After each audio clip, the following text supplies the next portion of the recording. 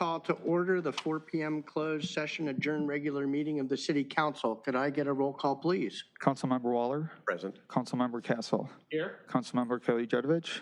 Here. Councilmember Obaji. Here. Councilmember Barrett. Here. And Mayor Light. Here. Do we have any blue folder items for the closed session? There are no blue folder items for this closed session. Okay, is there anyone, there's no one in the audience, is there anyone online to speak to public communications on closed session items and non-agenda items? There are no participants on Zoom and no e-comments for closed session items. Okay, could you read off what we'll be discussing in closed session items F1 through F4? Is authorized by the government code as listed on the published City Council agenda. Council will discuss the following closed session items. F1, conference with legal counsel for existing litigation regarding the case of Californians for Home Ownership, Inc. versus the City of Redondo Beach, case number 26-STCP-02197.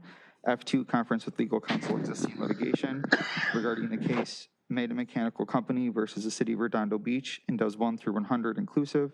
Case number 25-TRCV-00677. F3, conference with legal counsel for anticipated potential litigation. 1 potential case letter received from the law firm Rand, Pastor and Nelson LLP dated June 16, 2026, attached as a part of the agenda packet. And F4, conference with real property negotiator regarding portions of Redondo Beach Marina parking lot and Seaside Lagoon, portions of APN number 7503-029-900 and 7503-029-903, portions of Harbor Drive, Pacific Avenue, Catalina Avenue, Torrance Boulevard, Nob Hill, Vista Del Mar, Camino de la Costa, Gertruda Avenue, Redondo Street, and Esplanade. Okay, thank you. City Manager Wojciechowski, who will be speaking to each of these items in closed session. Yes, thank you, Mayor. Myself, City Attorney Joy Ford, Assistant City Attorney Cheryl Park will be present for all of the matters. For item F1 and F3, we will be joined by Kiani Amiri Devani, outside legal counsel. For item F2, we will be joined by Joseph Riley and Kyle Burchard, outside legal counsel. We will also have our Public Works Director, Andy Wingy, and City Engineer Lauren Sablon in attendance. And then lastly, for item F4, we will be joined by Elizabeth House, our Community Services Director currently. Okay, thank you. Could I get a motion to recess to closed session? Move to recess to closed session. Second. Okay, we have a motion and a second. All for? Aye. Anyone opposed? The motion carries. We'll be back on or about 6 p.m. To disclose any disclosable items from the closed session and to start our normal open session. Thank you.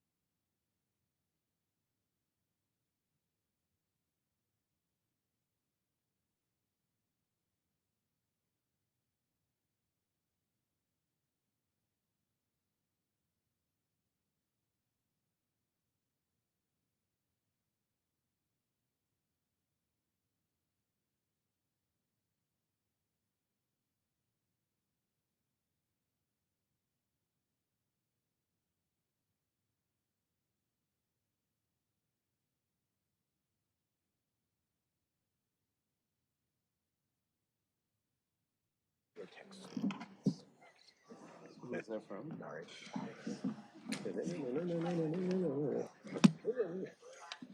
Won't text me. Well, you know, all of a sudden I'll be at a meeting and she's calling 4 times in a row. And be like, what's my social security number? I'm like, Okay, I'm going to call the meeting back to order. We're reconvening to open session from closed session. Could I get a roll call, please? Councilmember Waller. present. Councilmember Castle. Here. Councilmember Kalujetovich. Here. Councilmember Obaji. Here. Councilmember Barrett. Here. Mayor Light. Here. Okay, I'm going to wait for it to quiet down in here.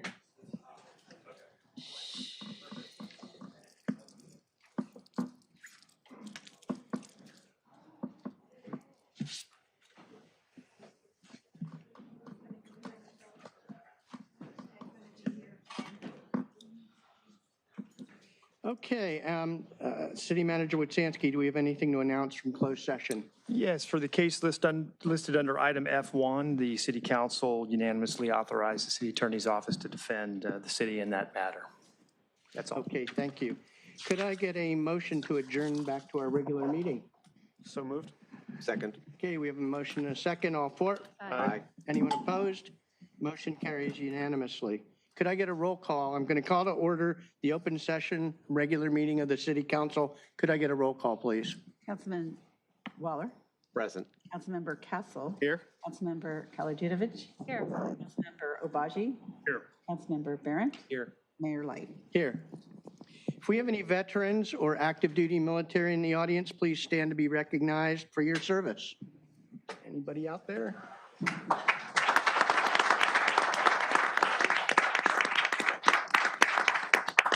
Thank you for your service. And now let us all stand for the salute to the flag and then remain standing for a moment of silent invocation afterwards. I'd like to call up Michael, who's going to lead us in the Pledge of Allegiance. Michael, the floor is all yours. Good evening. My name is Michael, and I am a junior at Redondo Union High School. My favorite subject in school is lunch. and I also love being on the varsity golf team. I love serving my parish community in Redondo Beach. Please put your right hand over your heart and join me in the Pledge of Allegiance. Ready, begin. I pledge allegiance to the flag of the United States of America and to the republic for which it stands, one nation, under God, indivisible, with liberty and justice for all. Please remain standing for a moment of silent invocation.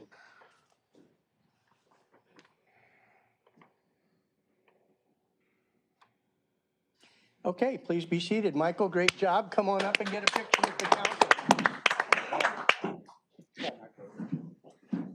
He's going to do Great job. You were the first one to say lunch was your favorite subject. Yes, So. yes. So come on up and stand with us and we'll get a picture. You can stand up and get a picture of your son.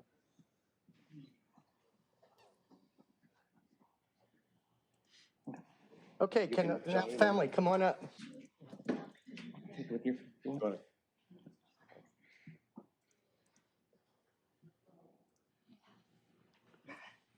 Thanks for coming.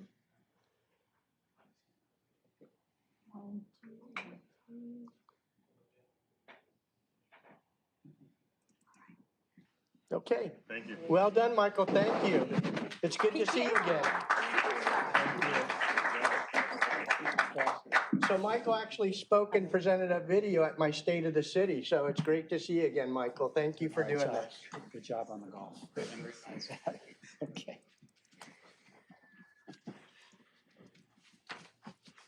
Okay, now we're going to go to, if you're following the agenda, we're going down to item D, presentations, proclamations, announcements, and AB 1, 2, 3, 4 travel expense reports. I do have some commendations to present, so I'll come forward.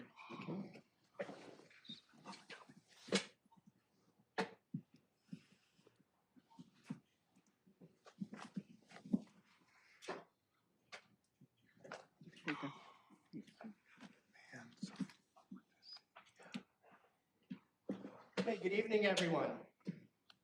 One of the most meaningful things we do as a city is recognize the extraordinary people who serve our community. Tonight, we are honored to celebrate members of the Redondo Beach Police and Fire Departments who were recognized by the South Bay Medal of Valor Committee for exceptional service. These awards represent courage, compassion, leadership, and an unwavering commitment to protecting others. While the awards themselves are prestigious, it is the stories behind them that truly demonstrate what these public servants do for us every day. To share their stories, I've asked our police and fire chiefs to introduce each award and tell us about the outstanding actions that earn this well-deserved recognition. So first up, we'll do the fire department. Chief Butler, if you could come forward and share the story behind the life-saving awards. Also, will boat captain Curry, engineer Grant Curry, engineer Ryan Shota, and firefighter paramedic Josh Herbst please come forward at this time. Thank you, Mayor. First of all, firefighters and cops probably they'll run in a burning building, handle a violent suspect, but they're frightened to speak in front of the public. So anyhow, what I want to share with you about an incident that these members had at Beach Life last year that involved the saving the life of a woman who was suffering a stroke. At Beach Life event last year, Captain Grant Curry, paramedic Josh Herbst, and engineer paramedic Ryan Shota were working there as part of the EMS detail. Firefighters are trained to observe, orient, decide, and act. When they were there at the event, they saw a person that was hailing in distress. Captain Curry recognized that the person was in distress, recognized some symptoms of cardiac arrest and stroke, and immediately got everyone in place and the team going. So he observed, then he oriented, which is now he gets all the equipment, he gets the personnel, get the ambulance staged, and then they begin to do intervention. She was presenting herself with a stroke, which is really critical. Folks die, heart attacks, and it was a really serious acute complication. Between their efforts, within 16 minutes, that patient was from the concert to the hospital at the stroke center, receiving life-saving care. And 2 days later, she walked out full recovery. Yeah. Those things don't happen without this type of professionalism. They also don't happen without the support of the community, the council, the mayor, the members, because it's you folks that support us and these individuals that go out there and lay it on the line, them and the police officers and all the public safety personnel that serve these communities. So it's an absolute pleasure to be here. I'm super proud of them. And 16 minutes, and if you think about that, the public measures convenience in minutes, and first responders measure survival in minutes. And I think it's something to really acknowledge of how fortunate we are and the communities that have this caliber of members with us. And it's just super proud for me as a chief to be around. Thanks, Chief.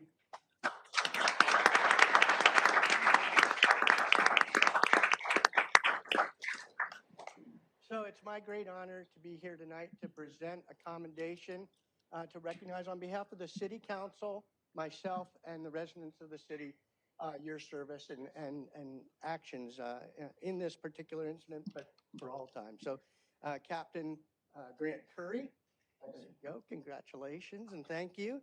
And Josh, thank you. You go up. I'm not shy. Thank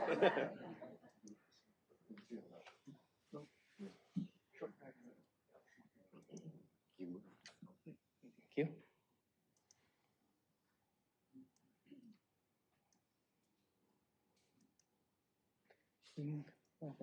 No, oh, you're fine. Okay, there we go. That's fine.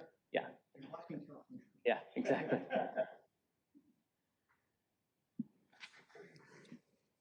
Okay. One more real quick. 1, 2. Thank you. Thank you very much. Good job.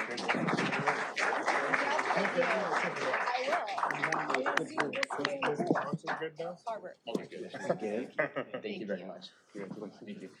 Congratulations.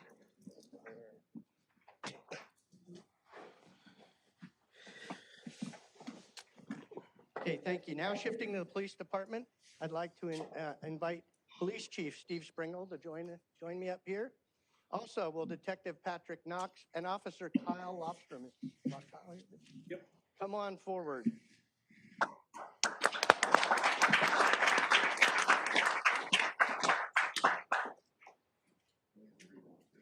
Where's the shorts?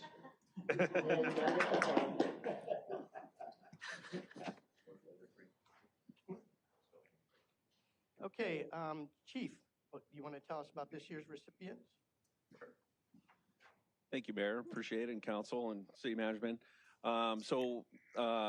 These officers, they were honored this year at the South Bay Police and Fire Memorial Foundation Medal of Valor event. And out of 34 awardees in the 9 South Bay cities for their own police department or fire department, they were selected. I'll start with Detective Knox, who has dedicated himself and has been loyal and committed to being an incredible, exceptional detective. There was a couple of significant cases last year, one involving a follow-home robbery of a high-end watch, which he worked diligently to solve that crime and ultimately led to the arrest of a violent and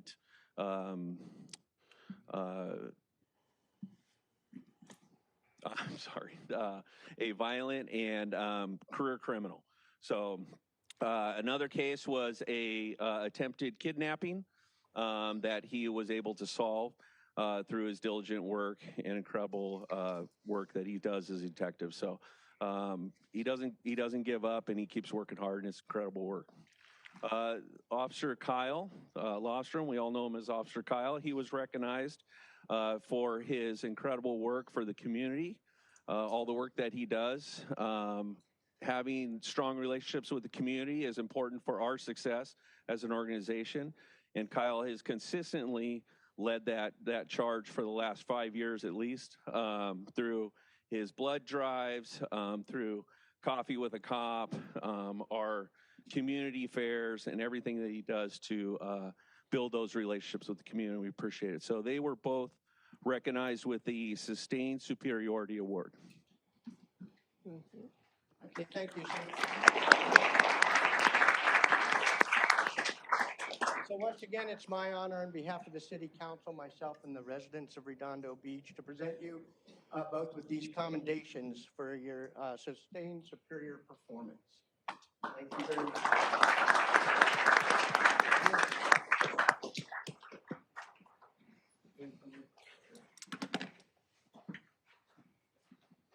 You wore your pants today.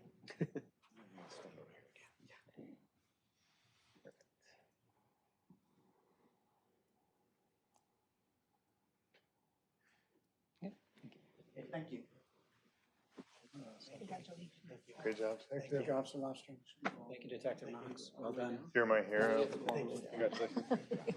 Congrats. What, a hug?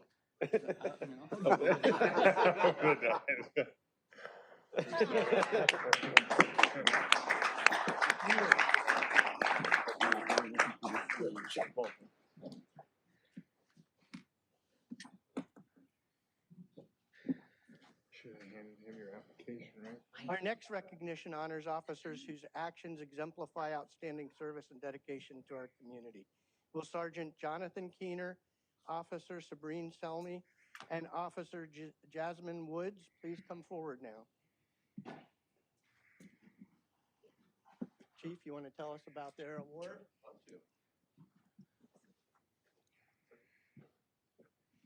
So last year, these officers responded along with other officers to a house fire, and the home was fully engulfed. Upon their arrival, they found out that there was some people still inside. So without hesitation, they made their way to the back, but they had to utilize the neighbor's yard because the flames had come out of the side of the house, and it made access to the house impossible through the front. They went down the neighbor's yard, jumped over a fence, and then were able to evacuate an elderly couple and their grandson that were still inside. But upon exiting the back of the residence, they were unable to get back down the side of the house, so they ended up breaking through the fence and then getting them out to safety. So they were recognized this year with the Distinguished Service Award, and I'm very proud of them.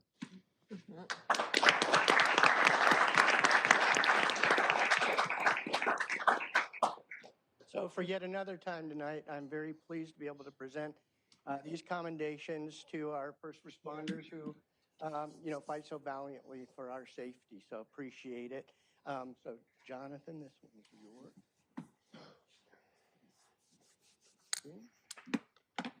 And Jasmine, congratulations and thank you for your service. Appreciate it.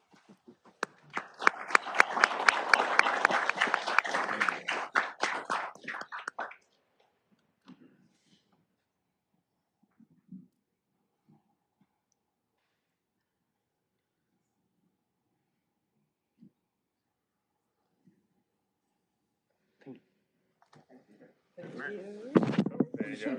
Great job. Good to see you again, Saturday. Thank you. Good work. Thank you. Thank you so much. I think that was my district. Congrats. Congratulations. And we have one more, last one to go tonight. Chief Butler, could you come back down? Sorry, probably could have done this more efficiently. Would also like to call down Harbor Master Kurt Mahoney. And this is for a Sustained Superiority Award. There.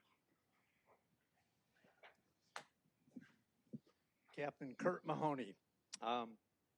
First of all, he retires in August, and so I want to thank him and I'm sure the community for 30 years of service in the fire service. So I start with that.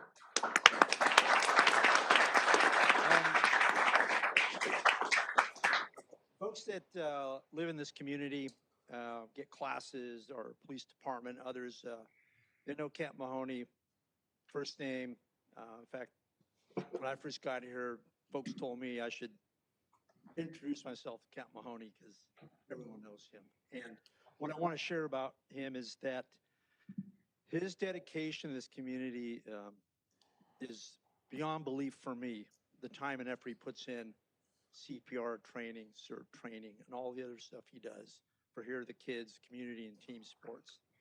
But specifically in September of 2024, I asked Cap Mahoney if he would consider being the harbor master. As a position that was funded through a pilot program by the council and the support.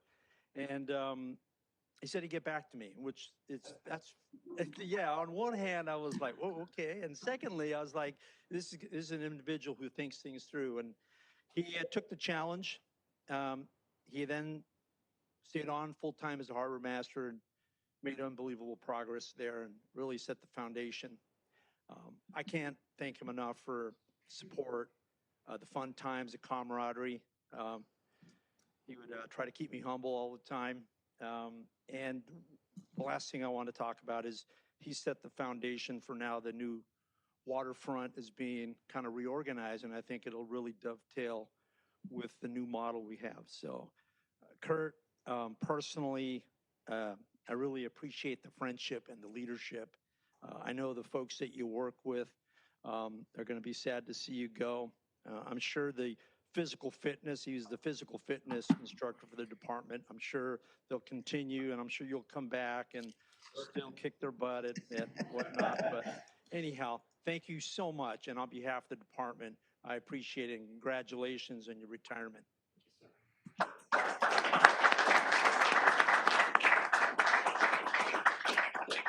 So Kurt, this is bittersweet for me. You stepped into a role of harbor master, which is near and dear to my heart, the whole harbor. And that had been vacant for well over a decade. So stepping into that and showing leadership and pulling things back together into what the former glory of what the Harbor Patrol used to be. I'm very proud of what you've been able to accomplish there in this short time. So thank you for everything. And so on behalf of the City Council, myself, and the residents of Redondo Beach, I'd like to present you with this commendation for your sustained superior performance. Thank you.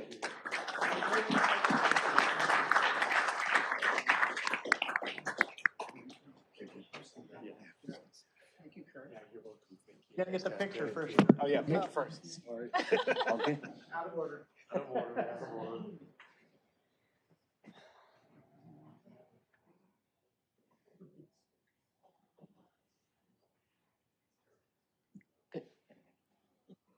One more. Oh, sorry.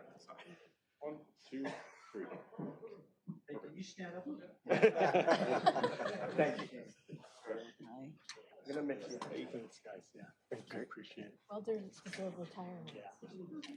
Thanks, guys. So just in closing, myself and many members of the council, this year, all members of the council attend this Medal of Valor dinner, luncheon, every year.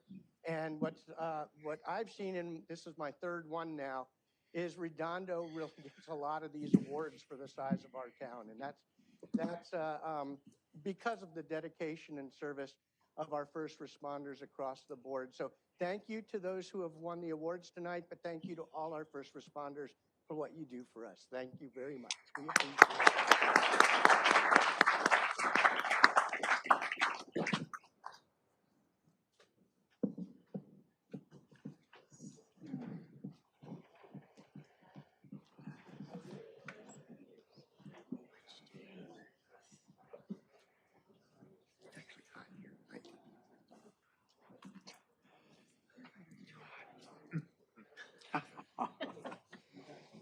What do you think?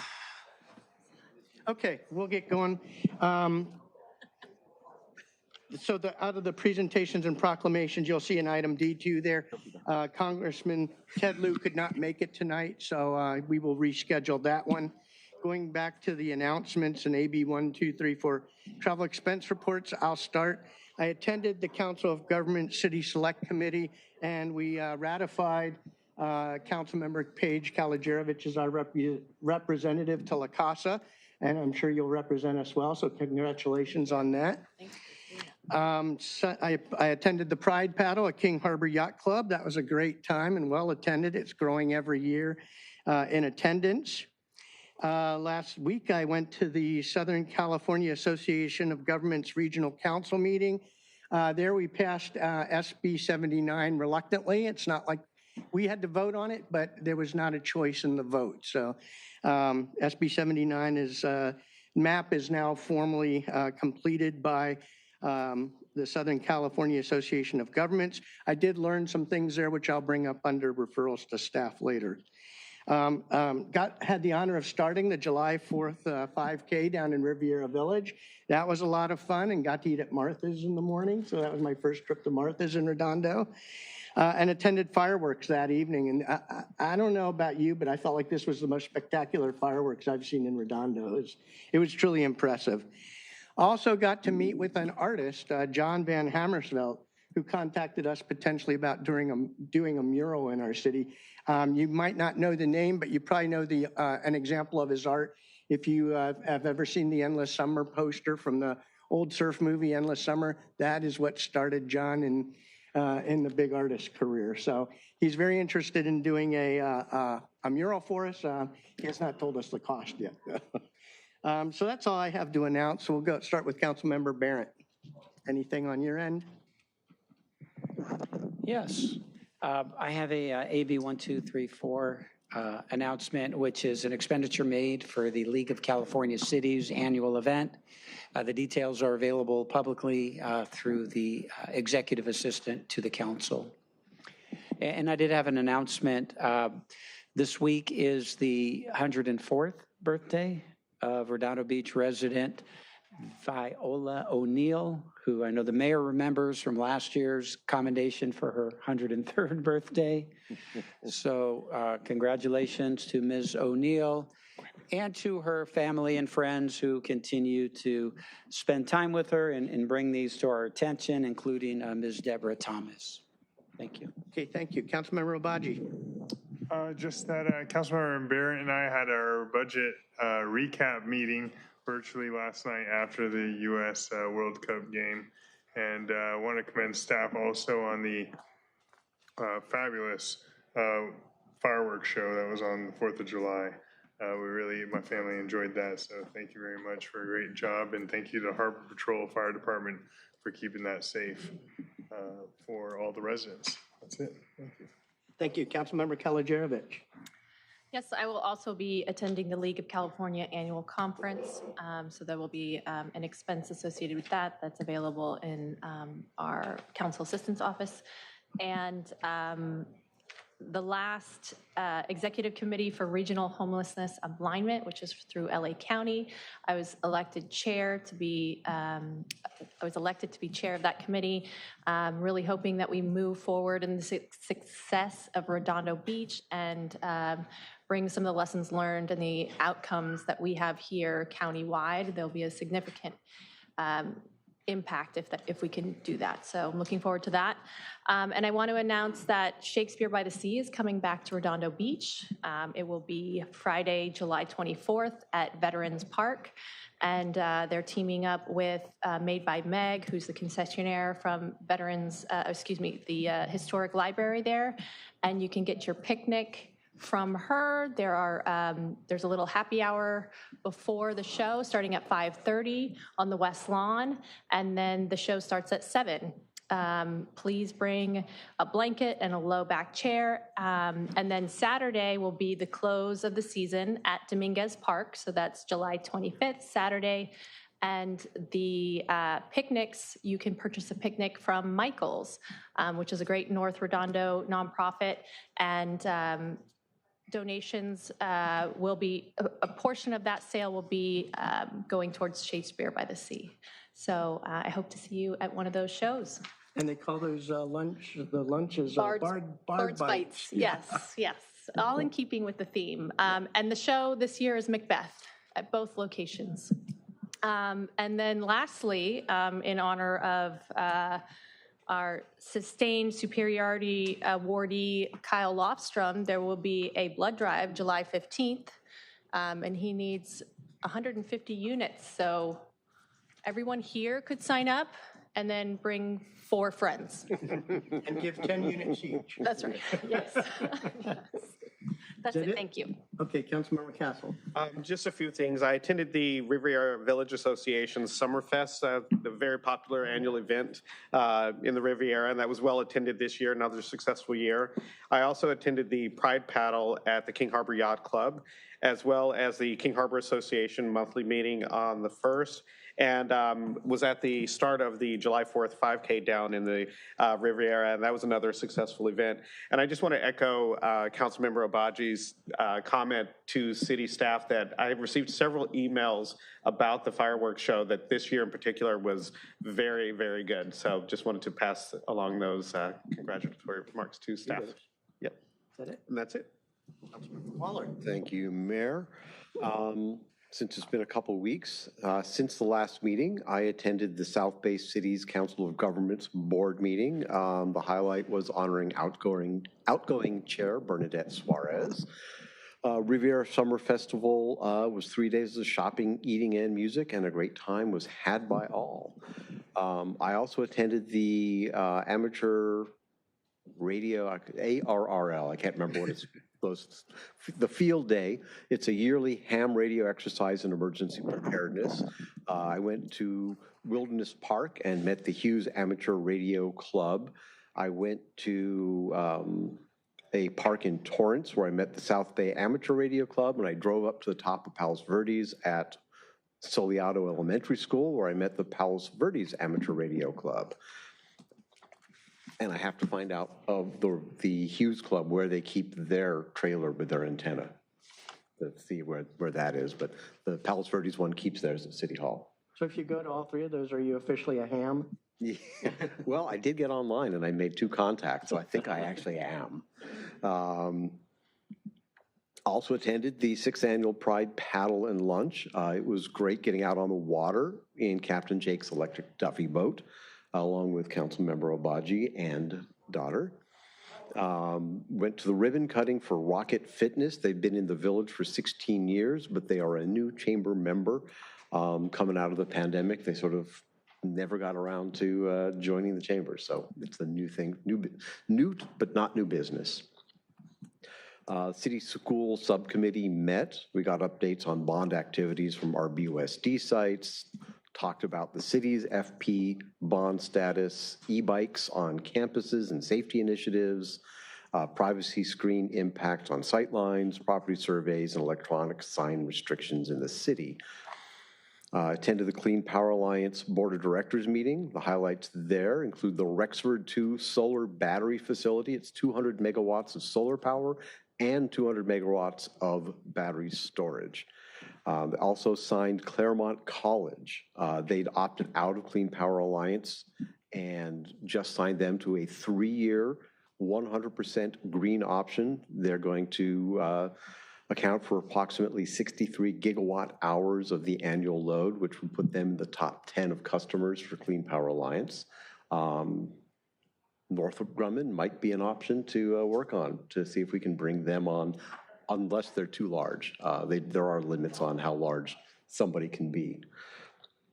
Also attended the July 4th 5K and had a great breakfast at Martha's. Thank you, Mayor. And then coming up, I will be at the ICA Summer Seminar Thursday through Sunday, along with council members Castle and Obagi. South Bay Greek Festival starts on Friday afternoon, runs through Sunday evening at St. Catherine's on Nob Hill. The Women's Club of Redondo Beach opens its historic home at 400 South Broadway, right across from Fire Station Number 1, July 13th, 1 to 3 p.m. for an ice cream social. Cruising at the Lagoon every Friday, 3 to 6 p.m. in the harbor parking lot, and live music at the pier Thursday and Saturdays this summer. That's it. Okay, and that reminded me, I did a ribbon cutting as well at the Optimus refurbished their facility on the north side of Torrance Boulevard. They did the grand opening of that. They're concentrating more services here in Redondo, so people can get medical services, in one location. They have two spots across the street, but they invested significant amount of money in that. And I like to see that investment in our city. That building looks much better. Mm-hmm. Okay, with that, we'll go to item E. Could I get would anyone like to change the order of the agenda or move anything on the agenda? Okay, seeing none, could I get a motion to approve the order of the agenda? So moved. Second. Okay, we have a motion and a second. All for? Aye. Anyone opposed? Okay, so we will go with the agenda as written. So now we'll be going into agency recess to the regular meeting of the Community Financing Authority. The regular meeting of the Parking Authority was canceled for this month. So could I get a motion to recess to the regular meeting of the Community Financing Authority? Move to recess to the regular meeting of the Community Financing Authority. Second. Okay, we have a motion and a second. All for? Aye. Aye. Okay, thank you. So I'm calling to order the regular meeting of the Community Financing Authority. Could I get a roll call, please? Member Waller. Present. Member Castle. Here. Member Kolujevic. Here. Member Obagi. Here. Member Barrett. Here. And Chairman Light. Here. Do we have any blue folder items? Not for this agency. Okay, we've got a consent calendar with 4 items on it. Does anyone wish to pull any of the items on the consent calendar? Okay, seeing none, I'll take a motion to approve the consent calendar in its totality. So moved. Second. Okay, we have a motion and a second. Before I call the vote, does anyone from the public wish to address the Community Financing Authority on items C1 through C4 of the Community Financing Authority agenda? Okay, I see no one coming up in the audience. Anyone online? None online and no e-comments for the record. Okay, so I will call the vote on the consent calendar, items C1 through C4. All for? Aye. Aye. Anyone opposed? Okay, motion carries unanimously. Jumping down to item E, public participation on non-agenda items. This is just for the Community Financing Authority. Does any member of the public wish to address the Community Financing Authority? Okay, I see no one in the audience. Anyone online? None online and no e-comments for the record. Okay, so jumping down to item J, does any member of the authority wish to make a referral to staff? No. Okay, seeing none, I will take a motion to adjourn back to our regular open session of the City Council. So moved. Second. Okay, we have a motion and a second. All for? Aye. Anyone opposed? Motion carries unanimously. The next meeting of the Redondo Beach Community Financing Authority will be a regular meeting to be held at 6 p.m. on Tuesday, August 4th, 2026, right here in City Council chambers. So now we're returning back to the open City Council agenda. Could I get a roll call, please? Councilmember Waller. Present. Councilmember Castle. Here. Councilmember Kolujevic. Here. Councilmember Obaji. Here. Councilmember Barron. Here. Mayor Light. Here. Okay, jumping to item G on the open session agenda. Do we have any blue folder items for tonight? Yes, we have for N2, which is discussion and possible action on the city's general plan update. We have numerous public communications, and that's it. Okay, thank you. Could I get a motion to receive and file? So moved. Second. Okay, we have a motion to receive and file in a second. All for? Aye. Anyone opposed? Okay, motion carries. Now we're jumping down to item H, which is the consent calendar. We have 16 items on the consent calendar. Does any member of the council wish to pull any of the items H1 through H16? Okay, seeing none, I'll take a motion to approve the consent calendar H1 through H16. Move to approve the consent calendar. Second. Okay, we have a motion and a second. Before I call the vote, is there anyone in the audience who wishes to address the council on H1 through H16? Okay, we do have some comments. So what I want to make sure the audience understands is we're under new rules tonight based on the Brown Act. So what we'll be doing is flip-flopping between people who are in the audience and people who are online. We'll start with for the people here in the audience, we'll go through the cards first, and the people online will be based on the order they dialed in. So first, I have Joan Irvine. So Mayor, actually, Joan Irvine is speaking on 10, I think there's 3 of them there for. You're on all 3, so you have 3 minutes to address all 3. Thank you.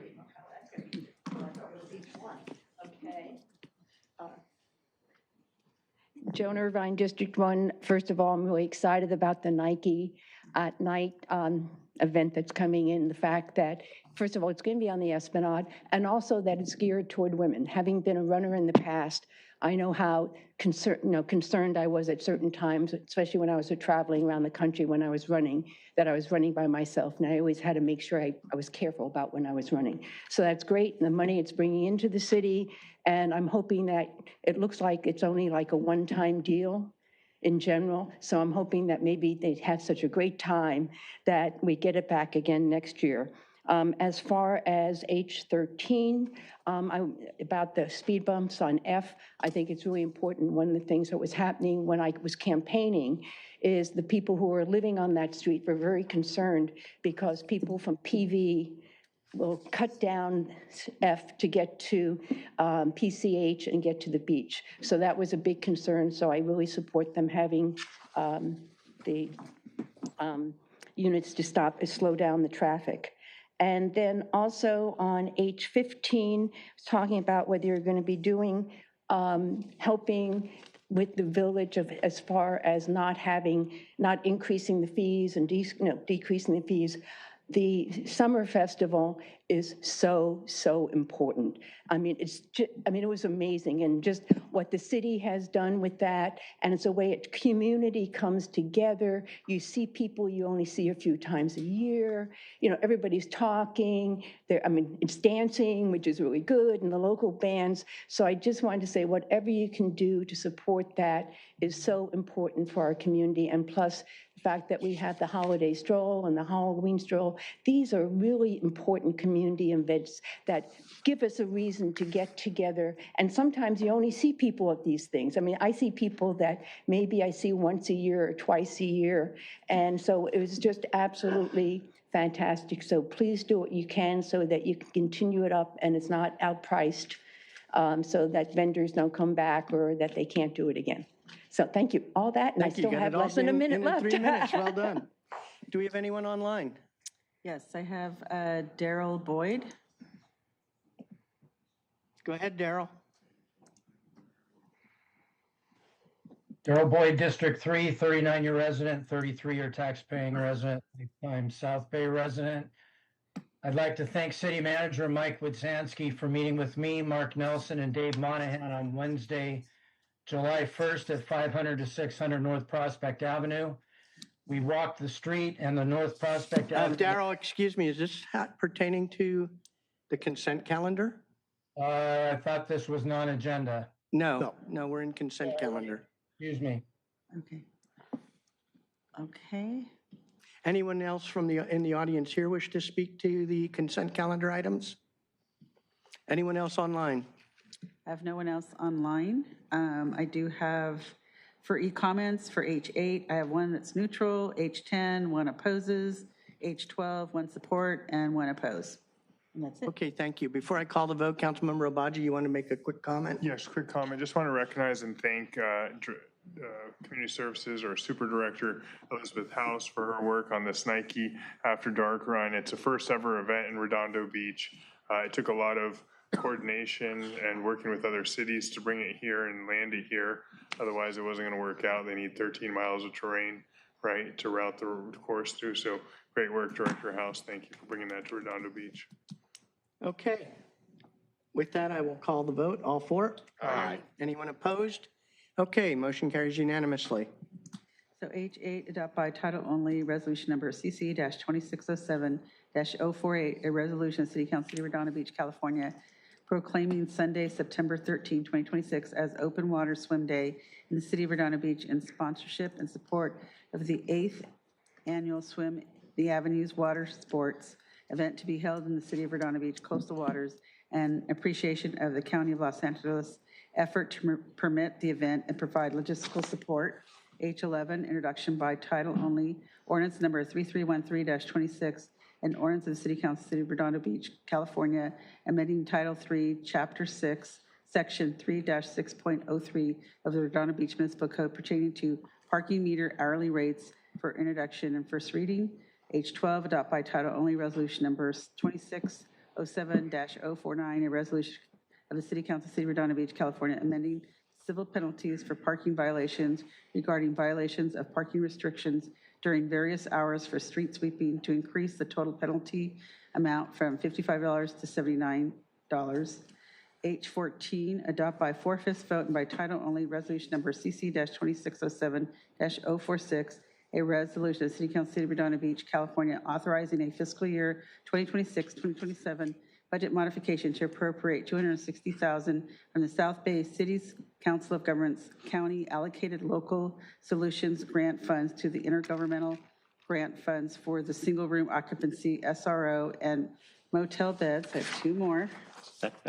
H16, adopt by title only, resolution number CC-2607-050, a resolution, City Council, City of Redondo Beach, California, amending the official book of class specifications by creating the position of Waterfront and Community Services Director. Adopt by title only, resolution number CC-2607-051, a resolution, City Council, City of Redondo Beach, California, amending the official book of class specifications for the position of Community Development Director. Thank you. Okay, thank you. So now, Darrell, we'll be going to item J, public participation on non-agenda items. So if you want to re-raise your hand. Again, we're under new Brown Act rules, so we will be flip-flopping back and forth between people in the audience and people online. This section is intended to provide members of the public with the opportunity to comment on any subject that does not appear on this agenda for action. This section is limited to 30 minutes, and each speaker will be afforded 3 minutes to address the mayor and council, and each speaker will be permitted to speak only once. I do have cards, so we'll start with Scott Crowell, and then we'll go to the online folks. Scott, the floor is yours. Mayor, Council, thank you. My name is Scott Kroll from District 1. I'm here to follow up on the safety issue at Avenue G and Palos Verde Boulevard, which I first reported in 2008, and which I spoke about at your June 16th meeting. The conditions have remained the same for 16 years. Rolling stops at Avenue F, vehicles accelerating through the intersection, unsafe pedestrian crossings. In 2023, I submitted a formal request for an all-way stop. The city mailed surveys to 101 units, most of them apartments, addressed generically to resident. For apartment units not actively interacting with the city at that time, such as paying fees or renewing parking permits, This type of mail is often disregarded, which likely contributed to the low response rate. Even so, the detailed AWS response table shows 100% support among those who responded. The city's summary shows 95% support overall, 21 in favor, 1 opposed. The 1 opposed appears only in the summary totals, does not appear anywhere in the detailed grid. Despite that level of support, the request was closed without a safety evaluation, without an engineering study, and without a Public Works Commission hearing, and without City Council hearing. The Public Records Act response I received on June 24th confirms that none of those required steps occurred, and no radius map exists, that the survey area was expanded beyond the 150-foot standard, and that the request was closed prematurely. In 2025, I sent 14 follow-up emails. 13 received no responses. On May 28th, I emailed city manager, city clerk, city engineer, traffic engineer, and my council member. I received no reply for 19 days. Then on June 17th, council member Waller emailed me privately. I was the only recipient, and acknowledged that he dropped the ball and that no engineering study was ever performed. But he then instructed me to redo the city's AWS survey myself, writing, quote, "If you would like to repeat the survey process manually instead of relying on the city to mail it, you can directly contact these residents," end quote. That direction contradicts city policy and basic municipal liability standards. AWS surveys are city-run process. Asking a resident to collect official traffic engineering data and canvass apartment buildings raises privacy, access, and safety concerns. And any resident-generated data would be unverified and not legally defensible. It also creates personal liability for me if I were injured while canvassing. I would have been acting at the direction of the council member, but without city insurance or authorization. I have another packet to submit to the city clerk tonight so the record remains complete. My request is simple. Please direct staff to agendize this item for full safety evaluation. Okay, thank you, sir. Your time's up.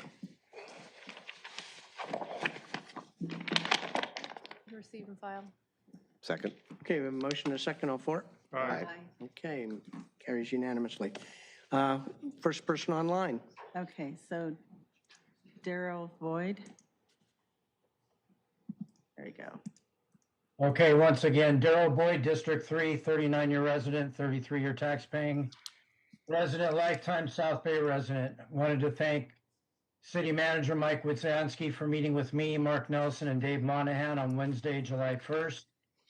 From 500 to 600 North Prospect Avenue. We walked the street and the North Prospect Avenue median, and hopefully we can get some landscape corrections and the trees installed that were promised to us, but were never delivered.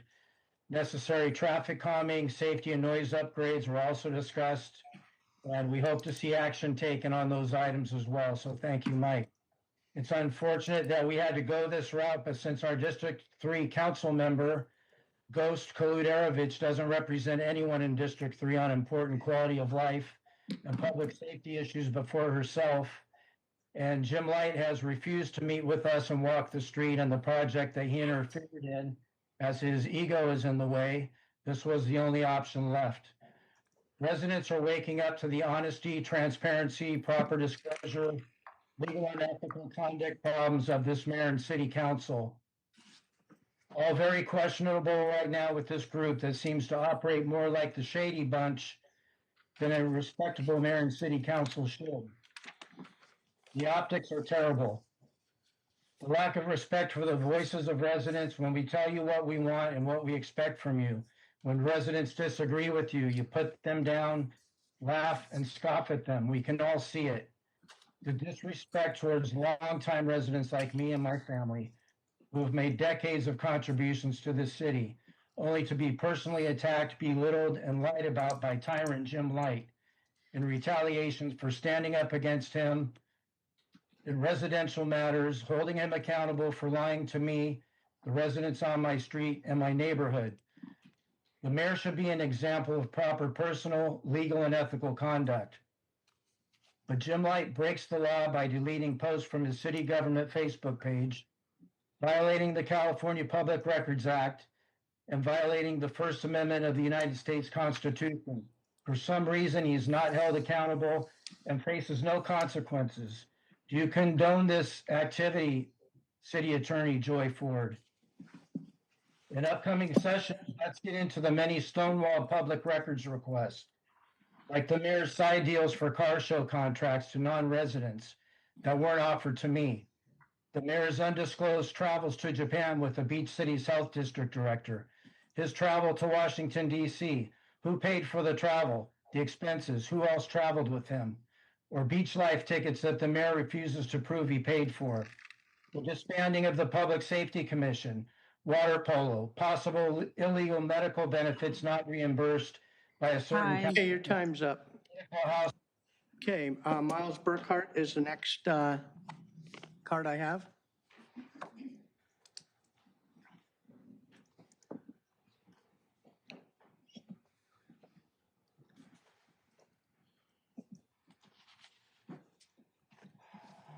Miles Burkhart, resident 14 years.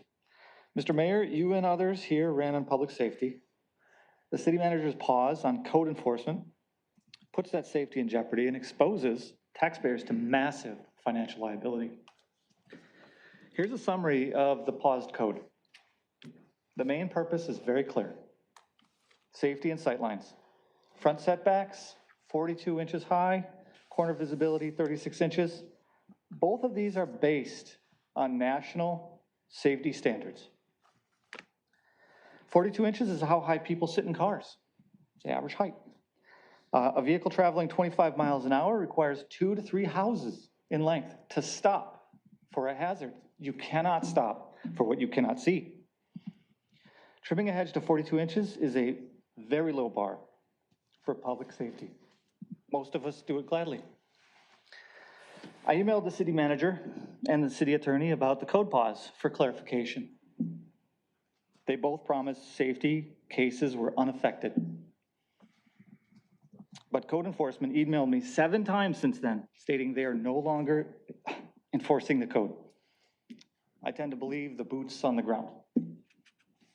If there's an accident where the city has a documented violation for a homeowner, both the homeowner and the city can be held liable.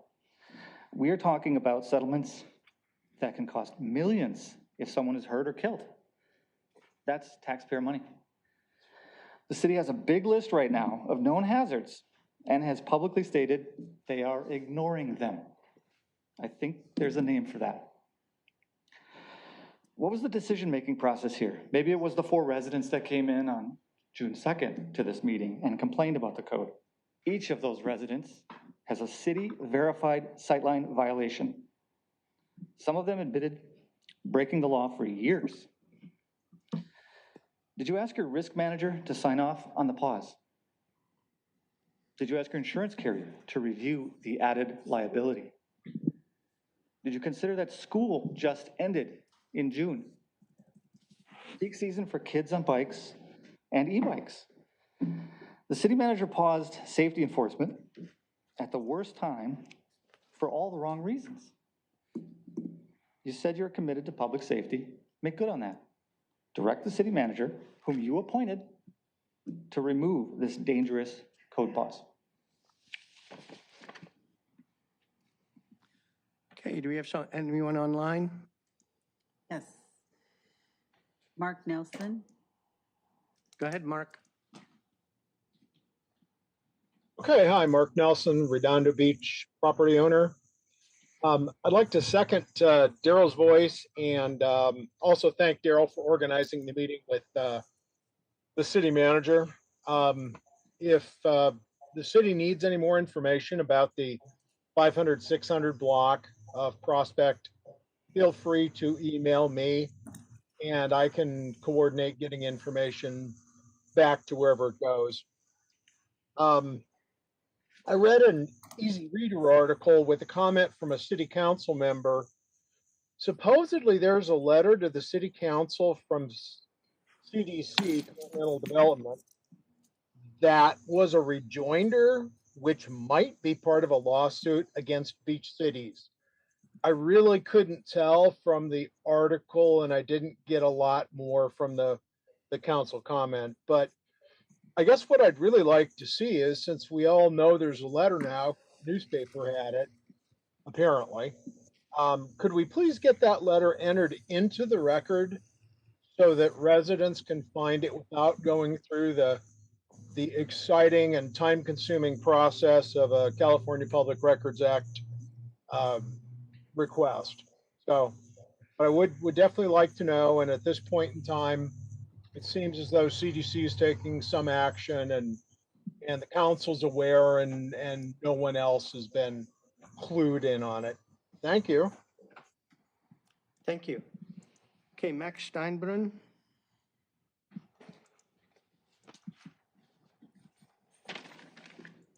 Hello, my name is Max Steinbrunn. I'm 16 years old and a sophomore at RUHS. I play club soccer and I'm here tonight to speak for so many kids who love soccer but are locked out of the game. RUHS has 3,000 students but only 60 spots on the boys soccer teams. According to the US Soccer Foundation, 70% of kids quit organized sports by 13 because of the expensive private clubs. More than $500 per month, and they can't play on the public soccer fields. Redondo Beach has public facilities for tennis, volleyball, pickleball, basketball, baseball, water polo, and many others. Soccer fields are part of school campuses, and after school, they are either locked up or rented out to private clubs. This leaves kids whose families can't afford soccer, the expensive soccer clubs, with nowhere to go. We can fix this easily by building public futsal courts. Futsal is 5-on-5 soccer played on hard court. Similar to a basketball court, players do not need coaches, referees, or expensive equipment. Kids and adults can just show up and play.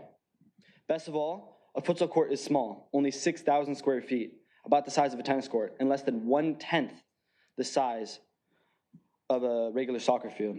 I can think of a couple empty spaces that can be ready for this right now. For example, the asphalt near Aviation Park Gym and the city lot or Public Works lot behind Tab/Tord baseball field in South Redondo. Long Beach and Hawthorne have already implemented futsal courts and they have worked out great. I asked the council to support local kids and active adults and build futsal courts so that kids will have a free place to socialize, stay healthy and active, and so that kids who love soccer will be able to play even if their family can't afford the expensive club fees. Redondo Beach is a great place to live, and futsal courts will make it even better. Thank you. And I have a paper for you guys. Motion to receive and file. Second. Right here. All for it? That's okay. Can I ask a clarifying question? Yes, you may. Have you spoken to our youth commission before? No, but I put in an application. You put in an application? Yeah. Fantastic. Thank you for coming. Thank you. Well spoken, thank you. Thanks, Max. Okay, next online. I have none. Okay, Ron Morocco.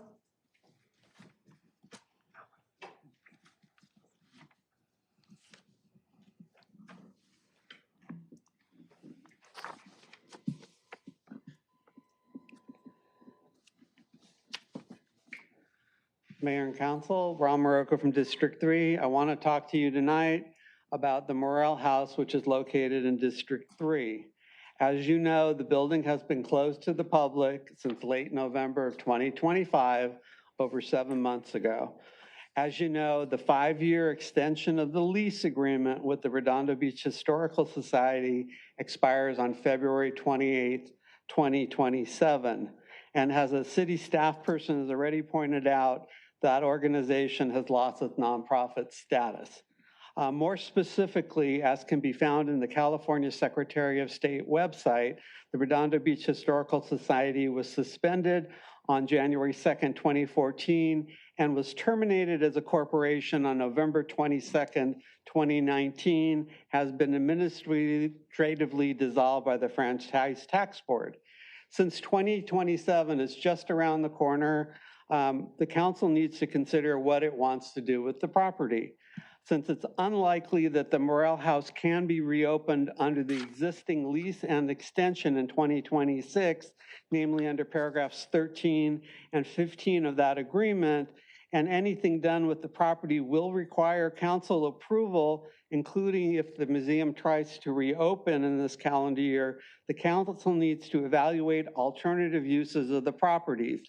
Some options may include using it as it was at one time as a District 3 community meeting place.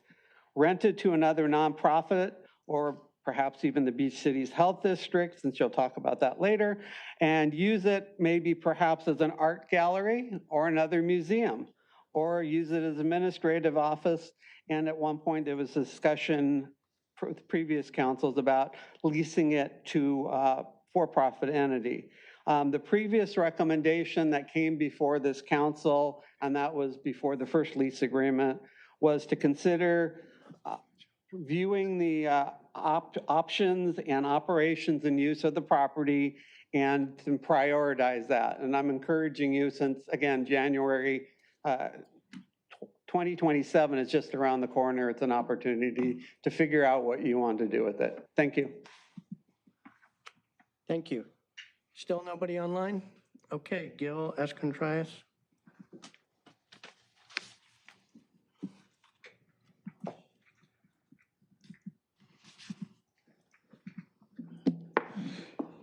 Just a few days ago, our nation celebrated Independence Day and honored the Constitution, which protects every citizen's right to speak, to question the government, and to petition those elected to represent them. Those rights are not symbolic. They are the foundation of a representative government. As both a veteran and a first responder, honoring and defending these constitutional principles have been a significant part of my life. That is why transparency, accountability, and meaningful public participation are not simply policy issues to me. They are fundamental principles of public service. Transparency is far more than publishing newsletters, issuing press releases, or posting on social media. True transparency is a two-way process. It requires the government not only to inform the public, but also to listen, respond, and engage in open, respectful dialogue through community meetings and meaningful interaction with the people it serves. While I have a constitutional protected right to address the council during public comment, 3 minutes is not enough to create meaningful dialogue. It allows residents to speak, but it does not allow us to ask questions, receive answers, clarify concerns, or work collaboratively toward solutions. Public comment is an essential part of representative government, but it is not a substitute for genuine communication between elected officials and the public. Not everybody who has concerns appears before this council. Many have other responsibilities. Others have been discouraged and no longer believe their participation will make a difference. This should not be interpreted as a public approval or satisfaction. A true representative government has responsibility to consider not only the voices that are present, but also those that are absent. While residents cannot obtain answers through ordinary circumstances or communications, they often rely upon the California Public Records Act. This act is not merely a convenience, it is the law. It exists to ensure transparency, accountability, and public's right to know. Unfortunately, our city has already experienced significant financial consequences for failing to comply with its obligations under the Act. Those costs were paid by taxpayers, not by elected officials or staff. Elected officials are representatives of the people. Leadership begins with listening, and I encourage the council to create more opportunities for meaningful dialogue by responding to emails, returning phone calls, holding community meetings, and engaging residents to face before important decisions are made. That is all people that are elected. I also encourage the council to hold itself and its staff accountable for providing timely, professional, and respectful responses to the community. We understand that government work is busy. We all have demanding schedules. But while we appreciate those challenges, it should not become routine reasons for failing to respond to people you serve. As taxpayers, we are expected to meet our responsibilities regardless of how busy we are. Most of us are never too busy to pay our taxes or to follow laws. And we ask that you also do the same thing. Simply said, that the government values transparency and every voice matters and is not enough. Transparency requires action. Thank you. Thank you, Gil. Let's see, still nobody online? Okay, Jim Mueller.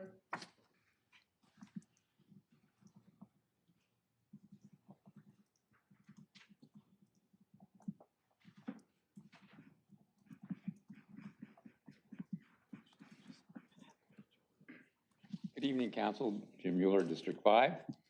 Developers haven't delivered great revitalization results for the Artesia corridor. The South Bay Social District at the Galleria site failed, and Grub House planned for Artesia and McKay is years delayed. The hope that those two developments would anchor revival along Artesia Boulevard looks to go unrealized. A much simpler and regular venue, the farmers market, has shown that the people of North Redondo like a gathering of neighbors, and having quality goods available encourages spending. The farmers market hasn't been the only indicator of what people of North Redondo want. Excuse me. Every survey on the subject has shown that people want the Artesia corridor to be walkable, to feel safe, to have available the things they need and want to buy for their families. And North Redondo is definitely a family neighborhood, many with children. Families with children spend a lot. That money should be spent in North Redondo on Artesia Boulevard, not at Del Amo Mall or Manhattan Village. There are no quick and simple ways to revitalize a commercial district like the Artesia corridor. There must be public space that feels safe and comfortable for people to gather. Artesia's noisy traffic and fast-moving cars too near pedestrian areas are a deterrent. Once the public area, though, feels safe, attractions are needed to bring people to the space. Something to do, things to buy. This can start simple. For example, pop-up fairs along the sidewalk or in parking lots. Many artisans have applied for space in the farmers market, but its focus is on food. There's limited space for non-food vendors. Why not give non-food vendors their own time and space, like a weekend pop-up, a fair along the sidewalk or in a parking lot? People brought to the pop-up fair by curiosity naturally overflow into brick and mortar establishments nearby. Business people seeing crowds of consumers in an area are more likely to consider opening a new brick and mortar establishment or upgrading their existing ones. The city's contract with the area's company seems intended to identify owners of commercial property in on the Artesia corridor, with the intent for them to upgrade or redevelop their properties. Assurance that their new enterprise will attract a crowd ready to buy is vital. Incentive to invest. Hopefully, the city development people will work to provide that incentive. Thank you. Okay, thank you. Anyone online? Okay, Joan Irvine, and that's the last card I have.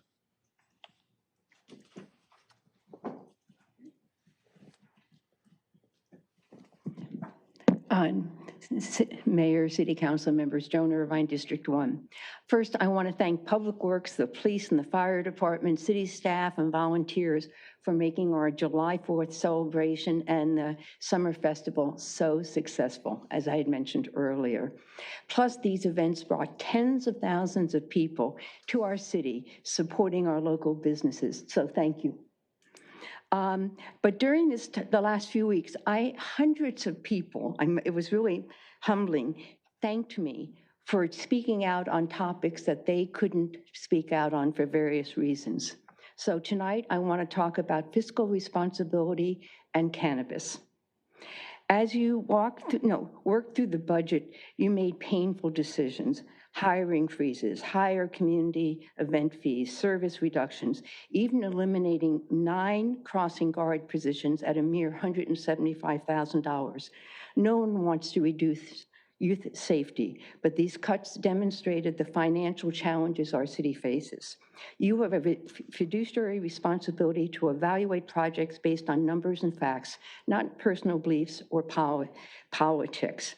Based on the projections from cannabis businesses, 2 dispensaries would generate over $1 million of annual recurring tax revenue. I checked, there is no other opportunities before this council that can provide that level of ongoing revenue and as quickly.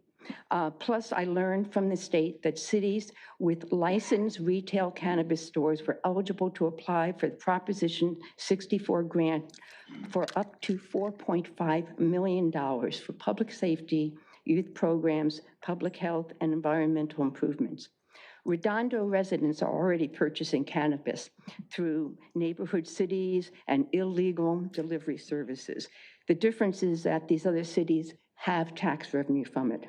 So as you evaluate future projects, determine which provide the greatest long-term return on investment. We had mentioned the Nike, that's great, and if it comes back again, that's going to be fantastic. But know that the cannabis, but with no guarantees on that, but know that cannabis dispensaries would be bringing in $1 million in annual recurring revenue. And it's not going to cost that much because the permitting work most of it has already been done. So I urge the council to begin accepting cannabis dispensary applications as soon as possible. Doing so would generate sustainable income, make Redondo eligible for future state grants, and help preserve essential city services and public safety in the 27-28 budget. So thank you. Thank you. That was the, anyone online? No one online. We only have one e-comment for J1. Okay. Just for the record. Still, come on up. We're taking in all callers now. Very good. Good evening, Mayor and City Council.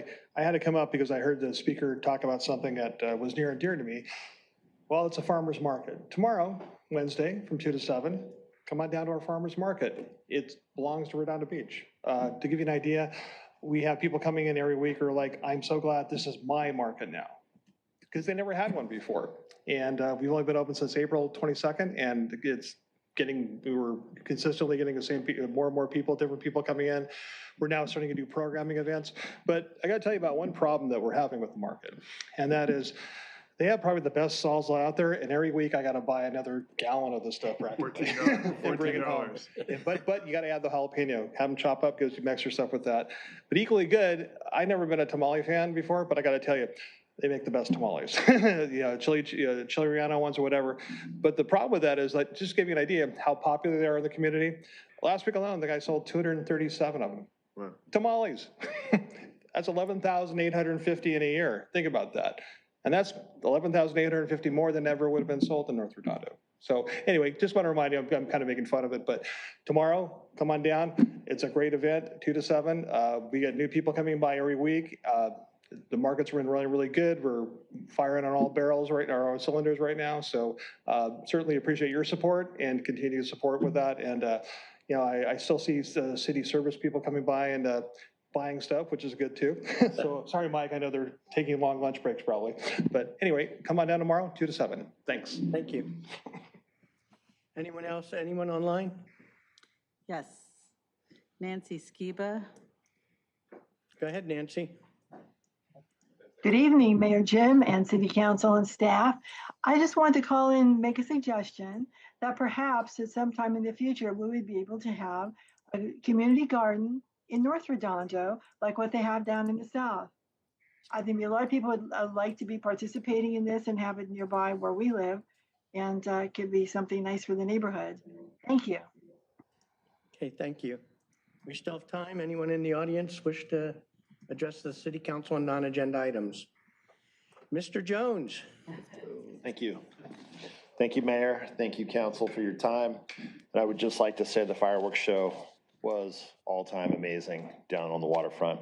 I am Jeff Jones. I am the president and CEO of Quality Seafood, which has been in operation in Redondo Beach for 73 years. I am also the president of the King Harbor Association and represent about $100 million in annual revenue and continuing to grow that. And we're excited, the KHA is excited to be involved in civic discussions. And I know that at last week's council meeting, there was some question the KHA's participation in city projects such as the waterfront amenities project and some others.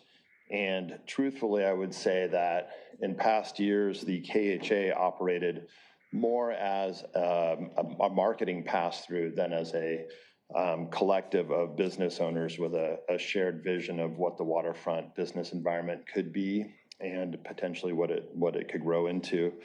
And so basically what I would like to say is that while the KHA has not been an active participant in civil discussions or waterfront discussions in the past, many of its members have been, myself included. I was on the Waterfront Amenity Project Working Group Committee, and I was on the Seaside Lagoon Subcommittee for a while until those projects or those committees sort of self-dissolved. But we do have active members and people who have participated in city projects over the years. And while the KHA may not have been active then, we are certainly active now. We have a great group of members and businesses who have enjoyed new leadership and a different, charted a different course and are being active in the growth and development of the waterfront. And last week, I think it was expressed, we expressed our position respectfully on the Seaside Lagoon project, and I hope that the council will invite us into that conversation. We certainly think that the area badly needs regeneration, and I think with multiple perspectives and creativity and ideas, we could come up with a fantastic future for the waterfront and for the community and the businesses as well. So I thank you for your time, and I certainly hope you won't disagree that the KHA could be an active participant in those discussions. Thank you. Thank you, and thanks. I noted that we got an application that's supported by the Association for the Harbor Commission, Yes, which is the first time in over a decade that I'm aware of that that's happened. So it's our understanding it's the first KHA member to try to get into that position, and we're really proud of him. I think he'll do a great job if he makes it in. Thank you. Okay, thank you. That's over 31 minutes, so we will conclude the public participation on non-agenda items and go into item K, which is ex parte communications. I'm going to ask each of the council to reveal any discussions you've had about the public hearing L1, which is the consideration of user fee amendments for police and fire departments. I will start. I have not had any meaningful conversations with anyone on this topic since the budget hearings. I have had cursory discussions about it being an agenda item tonight, and that was with the council and with the city manager. So that's my only disclosure there. We'll go with Councilmember Waller. Thank you, Mayor. As you said, high-level conversation with the mayor, and I did speak about it with the city manager. Okay, Councilmember Castle. I would say the same, high-level discussions with the mayor as well as the city manager and staff. Councilmember Kalajerovich. Yes, since our last meeting, just city manager and you, Mayor. Councilmember Obaji. Just Councilmember Barrett and the mayor potentially and staff. Okay, Councilmember Barrett. Mayor, Councilmember Obaji, staff, members of the public. Okay, thank you. With that, we'll jump down to item L1, which is a public hearing to consider user fee amendments for the police and fire departments and to adopt a resolution amending the police department user fees. With that, before we start the staff presentation, I'll take a motion to open the public hearing and take testimony. Move to open the public hearing. Second. Okay, we have a motion and a second. All for? Aye. Okay, the public hearing is open. All right, good evening, Honorable Mayor and council members. This should be a pretty quick presentation for you tonight. This is to present some user fee amendments that the council directed staff to pursue with budget adoption a few weeks ago on June 16th in the police and fire departments. So I will start with the police department and the budget motion. Council directed staff to adjust two fees, the towing fee from $139 to $233, which will set the rate as consistent with neighboring cities, and to increase our annual parking meter pass to $220, and that would be consistent with the hourly parking meter rate increase the council also approved as part of the adopted budget. We estimated an annual revenue increase for the towing fee of a little over $56,000. We included that in the budget motion. We are also anticipating a little over $20,000 in additional revenue associated with the parking meter pass, although we didn't include that in the budget motion, so just be kind of additional. And that estimate does take into account some loss of volume related to the cost increase.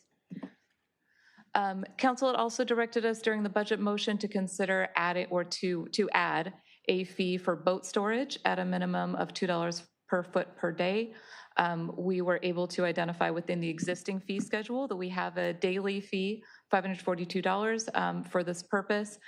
Since that meets the requirements of council direction, we are not proposing any change at this time. We did include the existing fee schedule as a backup for your review.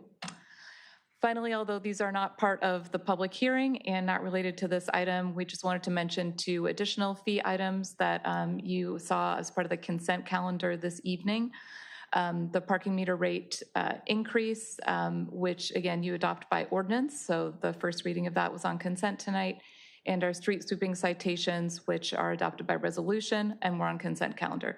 So just clarify, not part of the public hearing, but just wanted to kind of mention them all together as they're part of the budget motion.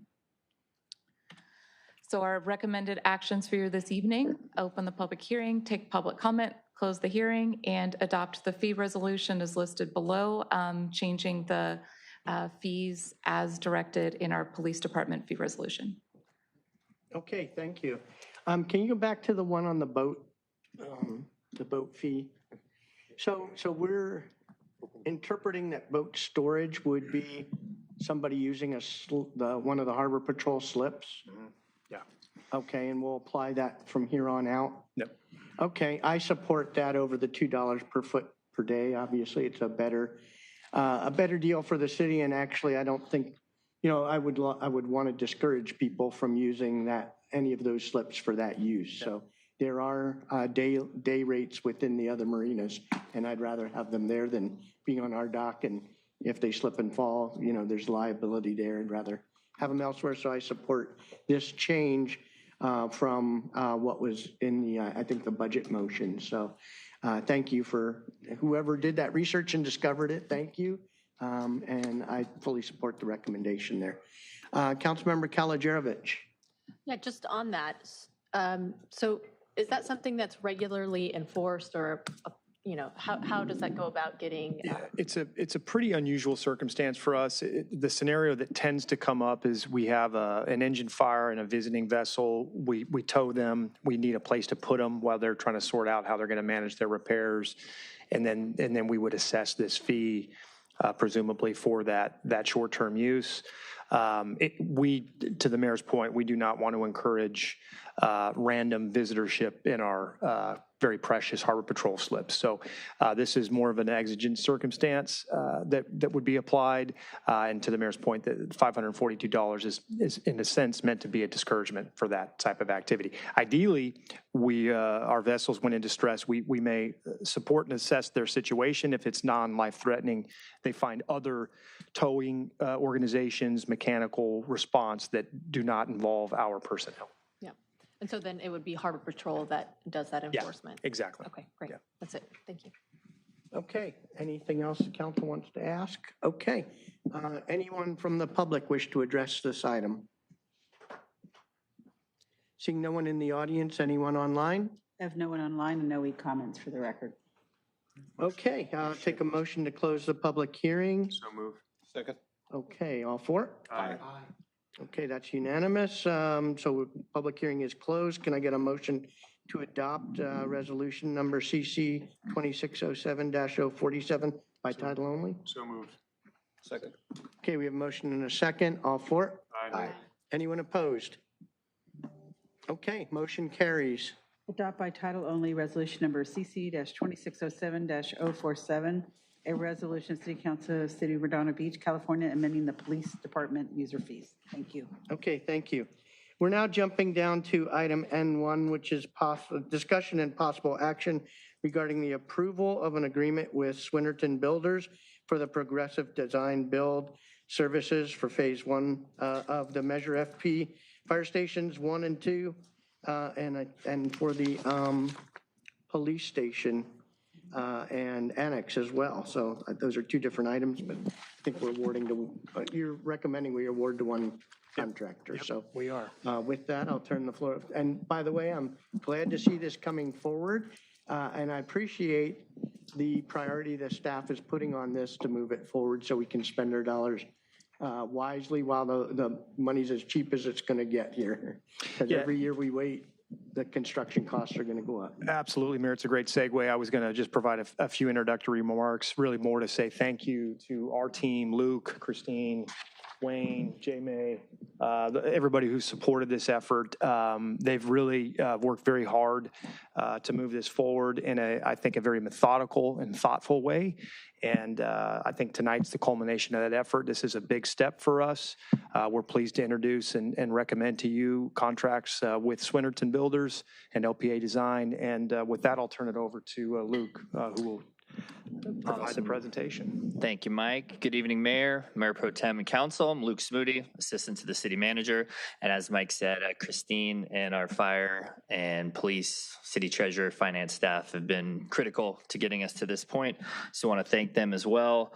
And with us tonight, we also have Dustin Alamo from Griffin Structures, who's our owner's representative through this process and has been additive to our selection process as well. And tonight, this discussion item gives us the opportunity to examine 2 agreements with Swinnerton Builders and LPA Design Studios to serve as our progressive design build entity to deliver the public safety facility projects included in Measure FP. And from that team, we also have Michelle Prada, Wilfredo Lima, Charles Williams, and Harry Liu, all of which are key members of that Swinnerton and LPA team that would partner with the city should these contracts be approved. And they'll be providing, with your blessing, a short presentation following ours. And so we're going to start with a little recap of Measure FP, talk you through the design. So PDB is Progressive Design Build, which for everyone, that's the process we are using to deliver these projects. And we'll talk through the selection process, give you some highlights of Phase 1, which is what these contracts would specifically apply to, talk through the timeline, go through some next steps, and then also provide our ultimate staff recommendation for this item. So the quick recap, Measure FP was approved by the voters of Redondo Beach with a 71.4% margin of approval on November 5th, 2024. And that authorized $93,350,000 in general obligation bonds that will be used to replace Fire Stations 1 and 2 and our main police station, as well as renovate our police annex. And so it's kind of like a birthday party when you put a RFP queue out there, you don't know who's going to respond. And so on January 21st, we put the RFQPs out on the market, and we were very pleased to receive a great number of high quality proposals. So for the police sub project, we received 6 proposals. For the fire sub-project, we received 7 proposals, and in the middle there, you'll see the 3 firms that bid on both of the sub-projects for both police and fire. And so we were very pleased, and the feedback we received from Griffin and other folks in the market that we had spoken to as we were undertaking this process, that we had a lot of great firms to choose from. And so as we entered into the evaluation process, we had a multi-department group evaluation committee that scored the written proposals based on the categories you see here. We really wanted to look at the people that were going to be delivering these projects for these firms. Did they have a track record of success in other jurisdictions, specifically Southern California, if possible, coastal cities? And then we really wanted to make sure they understood the project that we put before them and what the assignment was in that, we have a finite amount of money authorized by Measure FP. We've got multiple facilities we need to deliver. We needed a firm that understood that and was going to be able to deliver these projects within those numbers. And then we also had them provide construction management plans and have basically this Phase 1 price proposal that's going to get us through to the construction phase. And so we scored all the written proposals with that selection and evaluation committee. The top 4 of each of the sub-projects, both police and fire, were invited to on-site interviews. In that process, we had them do a short presentation. We had questions that we asked of all of them, and then we also had them engage in a charrette exercise, which was basically taking a real-world scenario, having them go take 20 minutes with their team, evaluate that problem, come up with a solution, and then deliver a 5-minute brief on how they would address that. And so that really allowed us a chance to see how they interacted together, how they would tackle a real-world problem that applies to the projects that they were going to be tackling, and just really give us a sense of who they were as a team for this progressive design build. And so from that process of the 4 we interviewed on each side, the top 3 were invited to provide best and final offers. And so that's where we ended up, selecting for both. And so we had the opportunity to select different firms for each of the sub-projects or both. And throughout that process, Swinnerton and LPA distinguished themselves as a top performer on both of the sub-projects. And so part of the reason we came to that conclusion, they provide the best value overall. And so for progressive design build, we're not just looking at low bid. We're looking at that best value that's going to provide the skills, expertise, experience that are really going to help us deliver these projects that are going to be transformative to our city. And so they have a strong track record of delivering complex projects in the public safety area. They were really integrated in a strong way between the general contractor of Swinnerton, architects and engineers, which is LPA Design Studios, and then also have a great network of specialty consultants that are going to be necessary to deliver these complex projects. And the team specifically that they assigned, we asked for specific representatives. They were highly experienced in public safety project delivery, and that was very appealing across both the fire and police sub-projects. Their fee structure was competitive and transparent. They have a really great cost estimation in-house function that's really going to allow us to stay within our budget numbers, and that was key to us. And in that charrette exercise and sort of throughout the proposal process, we really could see their collaborative culture and could see that Swinnerton and LPA were truly an integrated team that was going to serve the city. And they deliver projects that, according to their plans and high construction quality based on the projects they provided and the references that we checked after the fact. And so if you approve the contracts before you tonight, we would go to phase 1 of the progressive design build process. And that's really where we get to design documents that we can take and move to construction. And in phase 1, our key goals are going to be early cost certainty. That's where that cost estimation function is going to come into play. We're going to collaboratively with LPA, with our internal city teams, public work, police, fire, really look at the scope and what we can accomplish within budget and refine those numbers. And with that collaborative process, that's basically going to start from here forward with approval. We hope to reduce change orders, accelerate project delivery, have a budget that's truly aligned with our projects, and then also get to that transparent, guaranteed maximum price, which is where at the end of phase 1, we're going to have design documents and we will have a guaranteed maximum price of what these buildings are going to cost. And that's truly what we think will be one of the most appealing aspects of this progressive design build process is we're going to know as we go through this process what that guaranteed maximum price is. It's done in an open book function collaboratively with Swinnerton and LPA. And so that's where we hope we're going to go with this partnership. And talking a little more specifically to the timelines around both of these sub-projects. So for fire stations 1 and 2, both buildings will be completely replaced. And temporary facilities, as we've discussed, Fire Station 1 is going to be here at City Hall. Fire Station 2 will be at Englewood and Grant in North Redondo. And so phase 1 will basically be starting summer 2026, go through the end of this calendar year. And the contract price for phase 1 is $1.6 million. And then, as we discussed, we'll do pre-construction services, constructability reviews, GMP development, negotiation. And our contract that we've put together was based on the Design Build Institute of America template, and then also vetted by outside counsel, as well as our city attorney's office and our owner's representative. And it has key milestones. And one of them is 120 days from commencement of this contract, we'll have schematic design. And then 230 days from approval, we would have full design development and a phase 2 price proposal that will reflect that guaranteed maximum price that we'll be developing. And we expect that at the start of 2027. And phase 2, which is where construction takes place and the buildings will be, raised and then rebuilt, will start in 2027 and then go through the summer, fall of 2028 for fire specifically. And then some overlap in these slides, but just want to highlight temporary facilities for the main police headquarters. We anticipate that we'll be able to house a number of functions as we build at the main police station. But if we do need some overflow swing space, they could potentially use the City Hall staff parking lot modulars after fire is vacated and occupied their new stations. The annex facility, we anticipate folks to stay on site there, and then also have perhaps some adaptive reuse of that space as we're in construction, and some of that parking facility possibly used as laydown for the construction.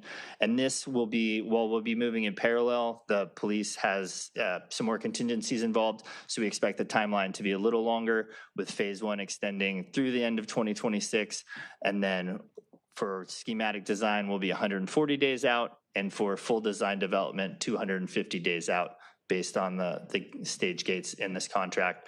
And then again, we'll be looking at the notice to proceed for phase 2 and GMP development early in 2027, and phase 2 starting in early 2027. And then this will be moving through the summer and fall of 2029, so a little longer time frame than what we have for the fire sub-project. And so moving on to some other things associated with the projects that aren't necessarily captured in the contract, but are important that we wanted to bring before you tonight.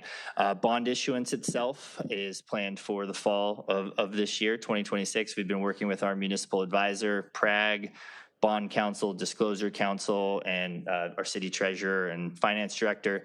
We're starting to have we've been having meetings regularly with that group, and we're looking at a single issuance for the total approved amount of $93.35 million. And so that's something that in the time frame that we have for the projects, and we've worked with Swinnerton and LPA to develop, we believe we can deliver those projects in that 3-year threshold required of the general obligation bonds. And then another aspect of this that we don't need any action on this evening, but want to start bringing to the public's attention and to your attention, we've also authorized the establishment of a Citizens Oversight Committee. And so this we're conceiving as a 5-person committee that would be narrowly tailored to just look at expenditure of funds. This isn't a group that would be making design decisions, vetting contracts, any things like that. They would just be making sure that funds associated with Measure FP are spent in ways that are authorized under the law for general obligation bonds.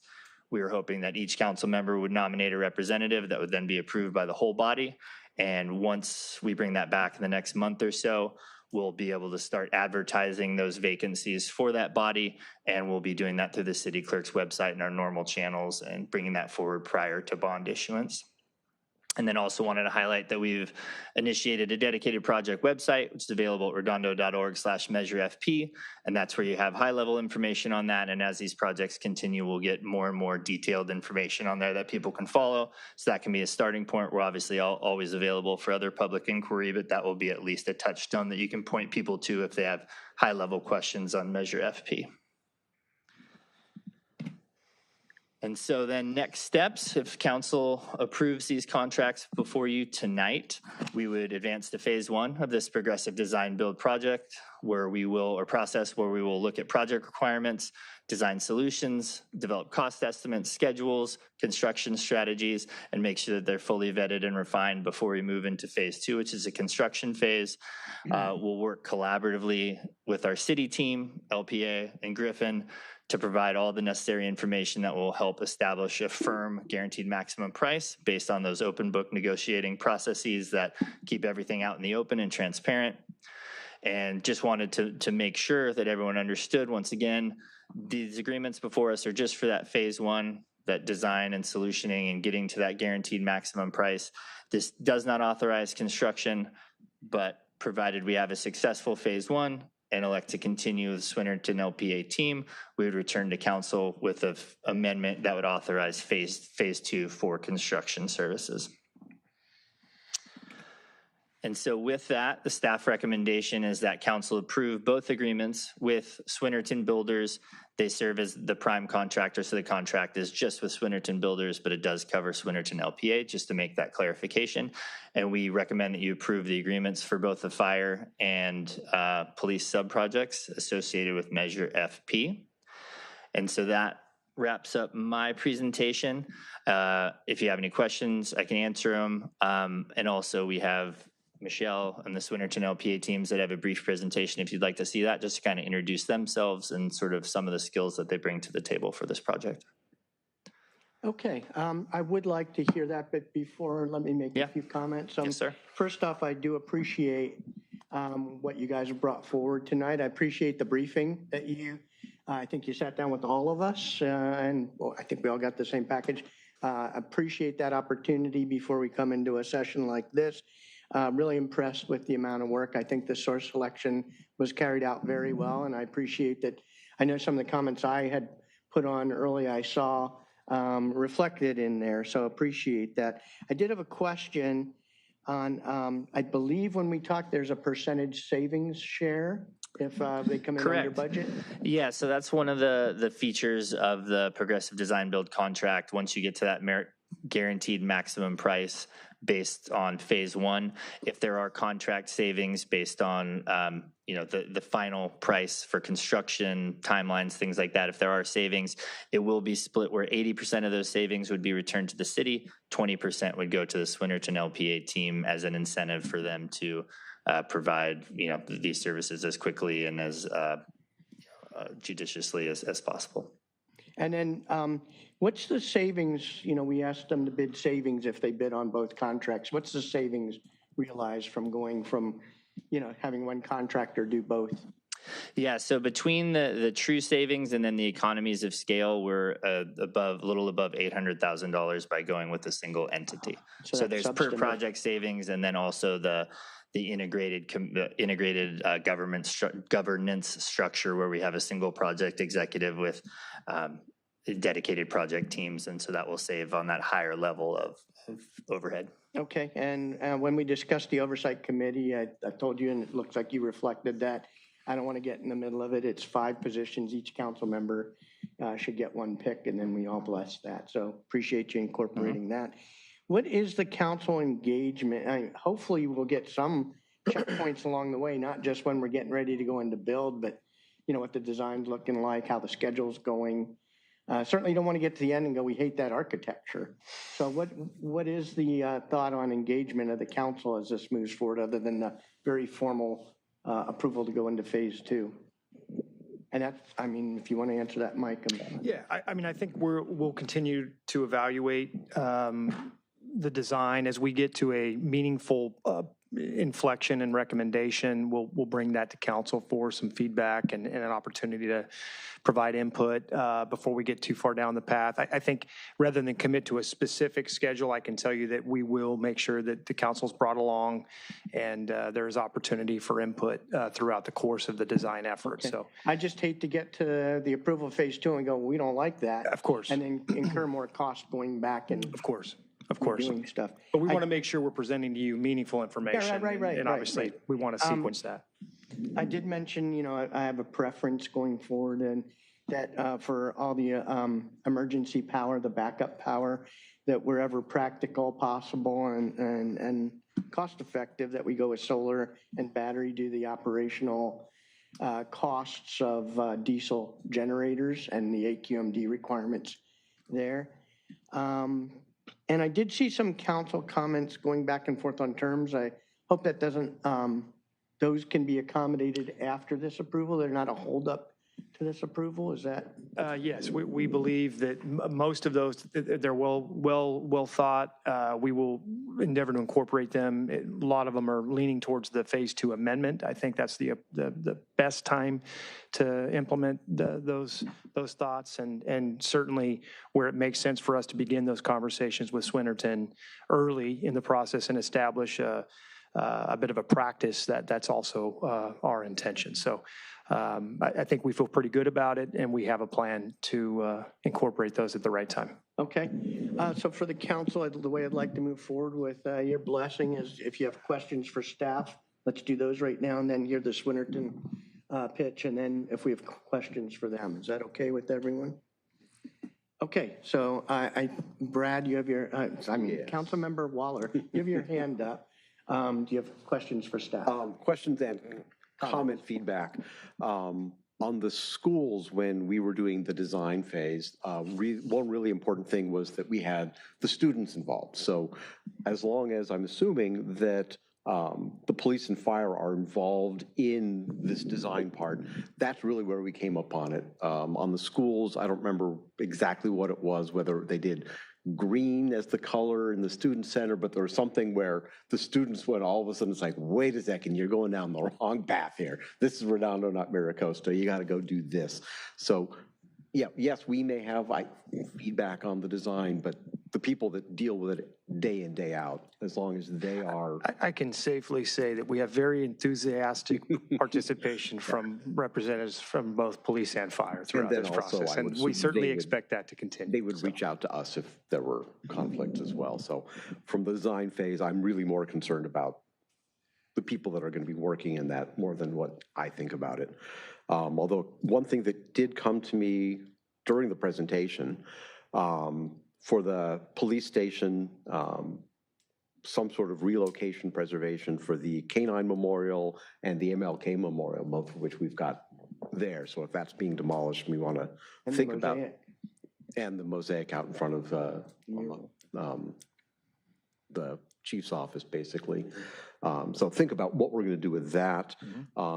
Echo what the mayor said about solar and battery. It's not just resiliency for the first responders, but if there really was some sort of major disaster, we need a place for residents to be able to go to charge cell phones and to see people. So having something like that is very important, I believe. And for fire station number 2, the only thing I would advocate for there would be look at feasibility of making that a drive-through station. Station 1, I just don't see it happening. The station 2, those were sort of the things that I'd mentioned to staff. I don't think there's anything new here. Well, the K9 MLK mosaic is new, but the other stuff I did mention to staff before, just for things that we should be looking at during phase 1. Okay. And that's it. Okay, Councilmember Kalajerovich, any questions for staff or comments? Just 2 comments. I see in the report there's a great timeline of when we should expect things and specific number of days, which is awesome. I wonder if we could receive as council like a Gantt chart of where we're at, maybe like whether it's quarterly or something like we do with our strategic plan, so that we have eyes on how things are going and that things are moving along accordingly. That way, we don't have to pester you as well. Yeah, appreciate that. And then as we go into the design specifically for the police station, we've had some discussions about our limitations with the number we have available for the bond. And I think it would be prudent for us to think about the design in a way that creates a clear opportunity to grow in the future. As we're looking at the needs of the community, that we wouldn't just be designing something that we just tear down, whatever number of decades from now to start over, but that there's a clear way that we could grow, understanding that right now we still have the police annex. So just if we could keep that in mind as we look at all of this. That's it. Thank you. Anyone else have questions or comments for the staff? Go ahead, Councilmember. So one thing that came up in our meeting, and thank you, by the way, Luke and Christine, for your great work on this, and all the staff, actually, police, firefighters, firefighter leadership, is that change. It seems like there's a timeline by which the phase 2 work will need to be completed. There's a maximum price under which it needs to be completed. That one thing that can significantly change both the timeline and the maximum price are change orders, and change orders that essentially modify the plan that's conceived of during the phase 1 process.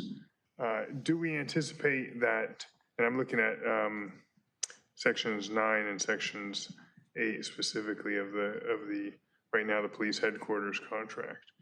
Do we anticipate that we will have to have change orders in projects of this size and magnitude? I mean, I think we engage in phase 1 to a point where we try to eliminate as many things as we can find in that process. Like, obviously, there's no guarantee that things will not come up, but I think this process is designed to minimize that likelihood as much as possible. And I think also important is as we go through this effort and then we start to look towards the phase 2 amendment, assuming we get there, that we have some clear understanding on how change orders potentially affect the maximum price and how we understand what the sort of cumulative impact may be. I think those are the comments that we've heard and we will work with Swinnerton on over the course of the next year to try to ensure that we're as efficient in this effort as we can be. So I think we appreciate the sensitivity of the question. There is some expectations that there will be changes that's typical of all projects, but I think what's key here is what are the obligations of our partner in this effort, and how do those changes potentially affect the overall price? Because we don't have endless funds, as everybody knows. Right.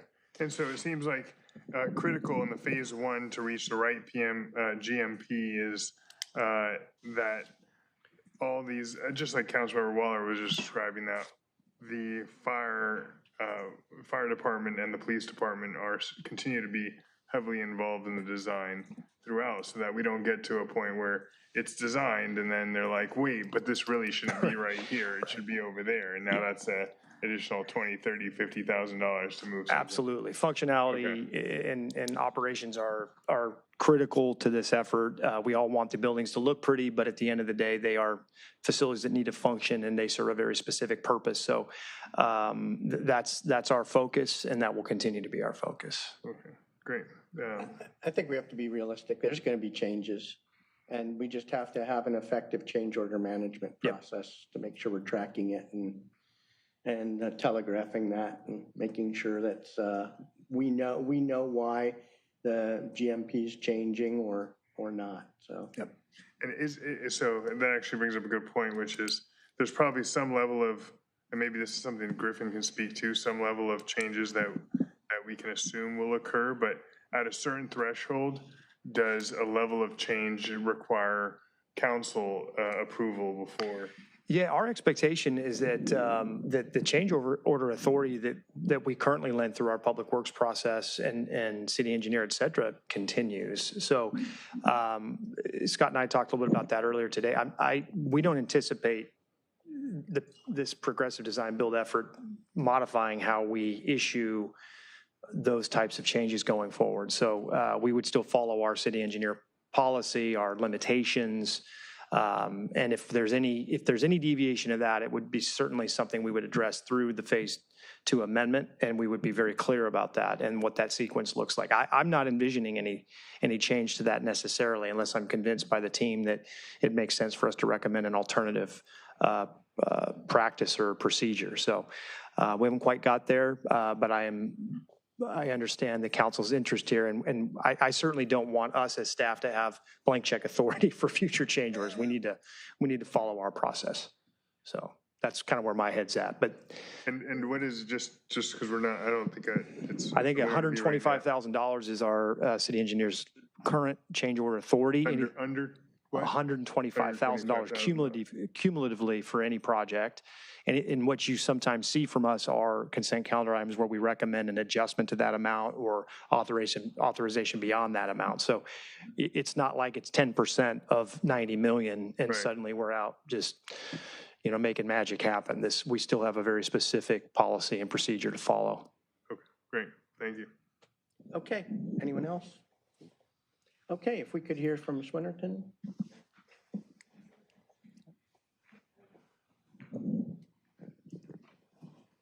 Thank you for coming down tonight, and thank you for bidding.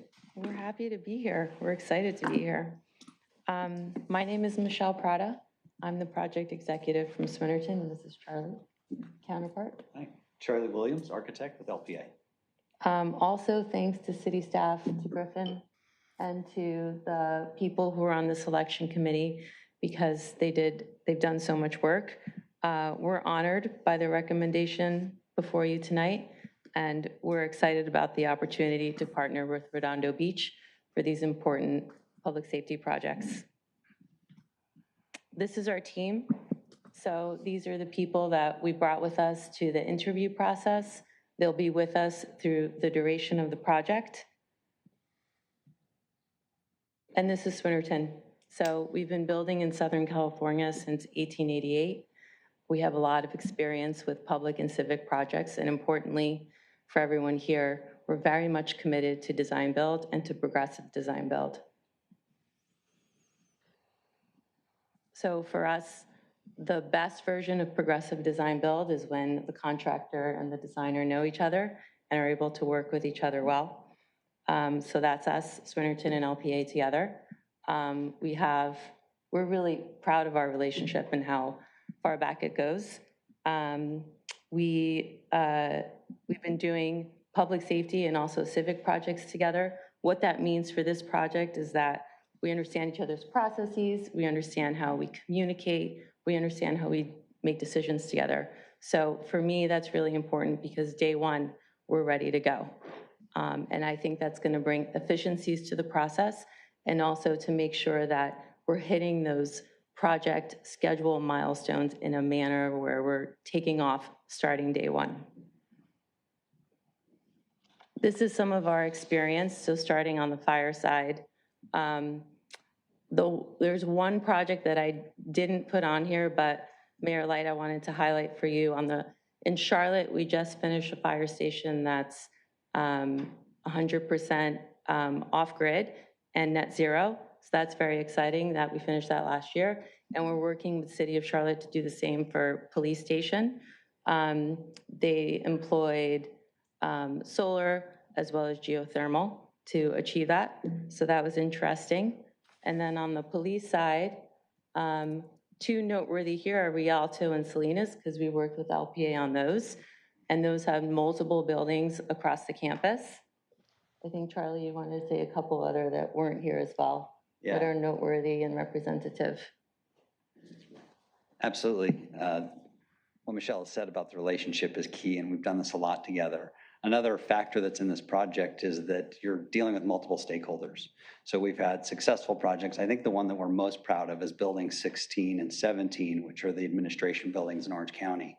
Those had over 10 different departments involved. So you can imagine trying to placate the different stakeholders and making sure everybody got what they needed in a successful project. So those are two amazing projects that we're both very proud of. So you can trust that we can manage dealing with both you as a city, the police, and the fire together to deliver what you're looking for.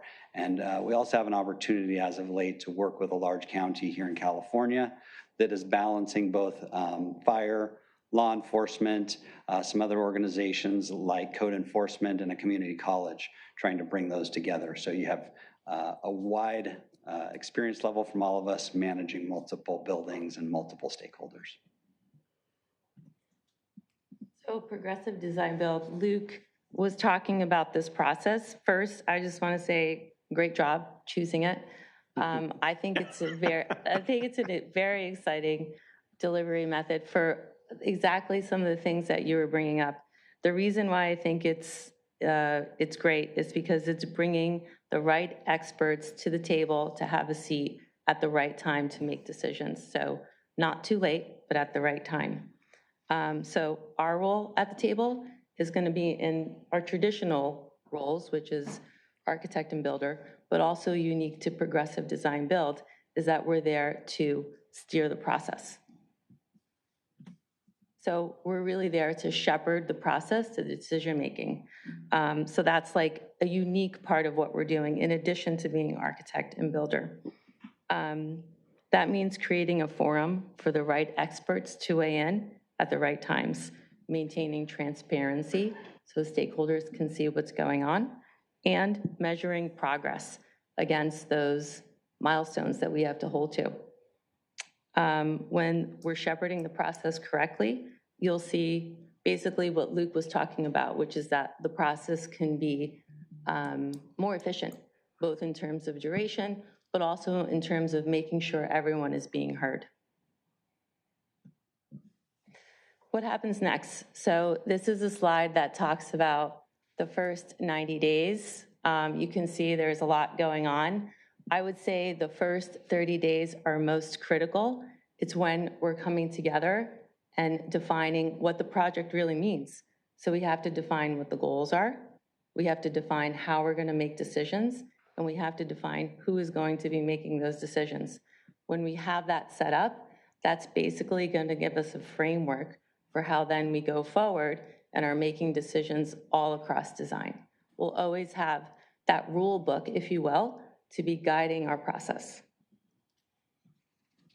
And this is sort of the bigger schedule that I think Luke has given you information about. I think the important thing to see here is what you're seeing is that classic progressive design build approach, where you're seeing that the design is coming up with the cost model, so that when we get to this line in the sand of GMP submission, you're coming in with cost certainty and a design and a schedule. So before we leave you, we just wanted to leave you with just a few images These are really, we're showing you these because we want to just show you how excited and committed we are to these projects. They're not necessarily the final design, because of course the final design is something that we're going to be doing together. But they're really just showcasing the kind of environments that we think are possible when the process goes well. So here's Fire Station 1 and Fire Station 2. And here's the police department. That's pretty much it. We're really excited to be working with the city, with police, with fire, with the stakeholders to really do a great process. We can't wait for what's next and to build our partnership together. Is that it? Okay, thank you very much. Does any of the council have questions for Ms. Winterton or LPA? Councilmember Obaji, I see you got your hand up. All right. Thank you for that presentation. Sure. And we're excited to have you on board helping the city of Redondo Beach achieve these monumental buildings. Similar type questions. How many cities that you have worked with in the past have been able to stick to the GMP through project completion? The goal is that the GMP is coming so that we're defining what the cost is. And then after the GMP, the goal is no surprises, right? So changes are changes that are initiated by the group collectively. We don't just want to come out of left field with changes. So I think Mayor Light said it himself, changes arise. What I want to say is like the change is not going to be a surprise. We're going to be having a conversation about the change when they come up. Okay, what recommendations do you have for the owners to minimize the number of costly changes or inefficient changes that occur once we get to phase 2? I think it's going to be coming up with correct contingencies during GMP process. So I think on the slide where I showed, there were milestone markers. Those represented something that Luke and the team have put together. I think it's the next slide, Luke. So those 3 milestones are that we have to present a budget that is coming up with each design deliverable. So concept design, one set of schematic, another set of schematic, and then design. The budget is coming up with that. So as it's kind of like, we're going like this. So the budget may have a lot of contingencies. As the design is coming up, those contingencies are coming down. And we're stabilizing, hopefully, the budget all the way through. The beauty of progressive design build is that we're defining the budget together. You guys said it yourself. We don't want someone coming in years later and saying, I thought this room was going to be pink, but it's blue. So we want to make sure we know what all the rules are so that we're defining the scope of the project and the budget of the project at the same time. Yes, Charlie. If I may add to that as well, if we could go to Luke, the other slide that was the schedule. One of the things that we've already planned into the project and something we've heard as a suggestion today is the workshops. And so key engagement from the users is critical. If we don't have the stakeholders at the table from the outset and they come back towards the end of schematic design development, want to add something back in that wasn't discussed, that's where change orders are most prevalent. I think we have a really good strategy for workshops set up that it's very inclusive of all the parties involved. It'll help you have success there. And we've been involved together for 27 years. And there's several cities that we've collaborated with. Buena Park specifically is one that I was intimately involved with in Swinnerton. And that project was delivered under budget. On time?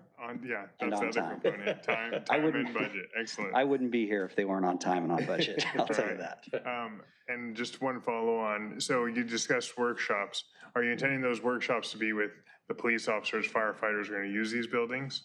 Absolutely, they're the key stakeholder, yes. And I can imagine that the average resident doesn't need to participate in that type of workshop because they're not working in the buildings. But these buildings, the fire department, fire stations are present in the community. So to what extent will we engage the residents at all relative to the exterior facades of these buildings? Yeah, we need to coordinate that with staff specifically at this point, but if that was of interest, we could create moments in the workshops where we could solicit some community feedback on design. Probably a little less on function, but when you're talking about the community, things of interest to them are about mass and scale, how it's going to integrate with their community. So if that's appropriate, we can absolutely integrate them into the workshops. Now, if it turns out that only one facade material is actually going to fit within our budget, then I guess there's no reason to do a workshop, right? Like we're pigeonholed to one type of finish. But if there's some optionality there, then we might, if it's going to be a brown building versus a gray building, then I think that we'd want to do a little bit of at least one community workshop meeting to get the feedback and show some renderings or such. That's my personal opinion. Yeah, I think that's an opportunity where coming back to council is an opportunity to share that as well, give some feedback if there's some options. But engaging the community is an easy thing that we could do during one of the community workshops. And I think what they're concerned about most importantly is the mass and scale. Does this fit with my neighborhood? There are some efficiencies that we're trying to bring forward to the city by creating a kit of parts for the 2 fire stations specifically. So there's some repeatability there. But yeah, you do have to be sensitive to the different neighborhoods that they're involved with, and a community workshop would be very appropriate. Thank you. Okay, Councilmember Waller. One question I've got for you guys is who is will be the primary contact for staff and city council as construction moves forward? Will it be you, Michelle? That is me. All right, that'll be good. Hi, Michelle. Perfect. That's it. Okay.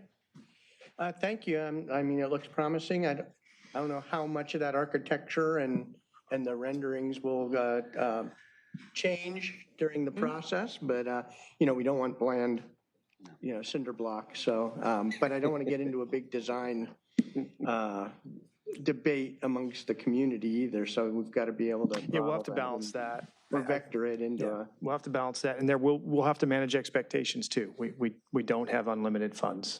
Okay. You've heard me say that a few times. Thank you very much, and I hope we have a successful outcome for you this evening. Thank you. Let's see. So once again, I just want to applaud Luke and Christine in particular, and all the PD and fire folks who contributed to this. It's for how big this project is. I'm very impressed with how quickly it came forward and how detailed the source selection and the documents related to it were. So well done. It seems took longer to get a pond in than to get to where we're at on this. So I think we're putting attention where it's due. So thank you. So with that, Councilmember Barrett. Yeah, thank you, Mayor. Do you have a staff recommendation slide? Mm-hmm. Would you mind putting that up? Okay, so I'll make a motion that tracks the staff recommendation, which I could read into the record now if needed by the clerk. So that's a motion, asking for a second. Second. Okay, we have a motion and a second before we vote. We'll open up to public comment. Does anybody in the audience wish to address this item?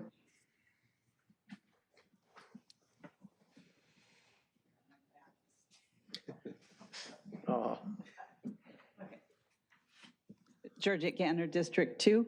I would suggest, as far as exterior appearance, have the library in mind. I don't know exactly what type of architecture that is, but it maybe doesn't have to necessarily echo the architecture, but maybe the color scheme could be kind of similar because it's earth tones. It's something, because it's such a large building, it's adjacent, and it might be considered. I find in my own house, I can have different styles of furniture, which I do, but then you can tie it together with color. So that kind of works. The other thing I would just be curious about is, as you're building the police station, what will happen to the old one? Will they be, I guess they have to be there, but will they be across the street? And will they eliminate the old one at some point? And also the scale, I think that I agree it should be sensitive to the neighborhood, but not too much. I mean, you need space. If we have the money and they need the space, it's in its own space, and it's going to be a monumental, incredible. I know it's going to be beautiful. So anyway, can't wait. Thank you. Your slide did address where we were holding the concurrent operations while the facilities are being built. So there is a whole plan, there's a separate plan on that, right? Yeah. Continuity of operations. Nothing's set in stone yet, just based upon what we Right. discover in phase one. But yeah, the plan is to be adaptively reusing some of the police station space and figuring out the best way to do that to maximize square footage and dollars that we have in the bond funding. Okay, thank you. Anyone online? Okay, anyone else from the audience wish to address this item? Anyone from our first responders who are in the audience want to comment on this before we take the vote? Are you happy with the process, or you? Can't wait. Thumbs up, thumbs down. They want to go home. Let's keep it going. Okay. So we'll close the public comment at this time. Since we don't appear to have any, I will call the vote. And since it's a pretty large expense, I'll do a roll call. Yeah, and before you do that, Eleanor, would you like the actual motion to be read into the record, or do you have what you need? Okay. Okay. Councilmember Waller? Aye. Councilmember, yeah. Aye. Councilmember Kalajirovich? Aye. Councilmember Obaji? Aye. Councilmember Barrett? Aye. And if I could vote, I'd vote aye. So congratulations to both the staff team and to Swinnerton and LPA. Look forward to working with you. Thank you. Okay. Anybody need a break or press? I don't need one. Okay, let's press. Go ahead. Yeah, we'll rotate. Let's press. So we will now go to item N1. I'm sorry, that was N1.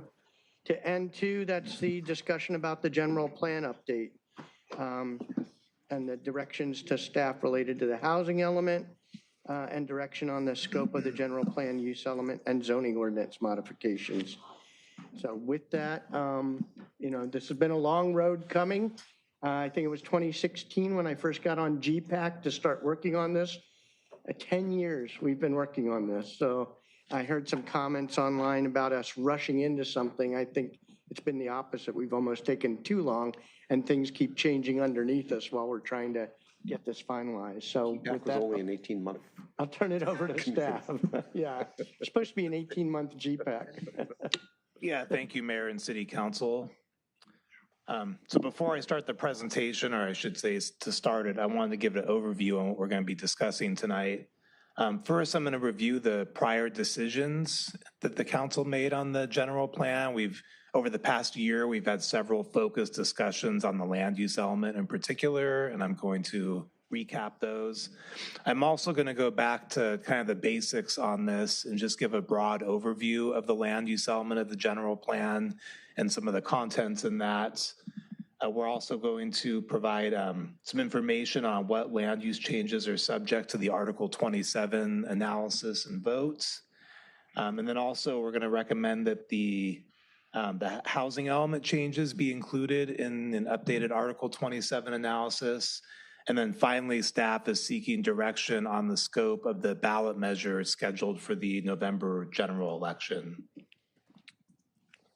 So just to review some of the items that have been considered by the City Council over the past year, last August, we kicked off a discussion on artesian aviation as it pertains to the land use element. The land use element includes policies and development standards for this corridor, and it's also considered a special policy area.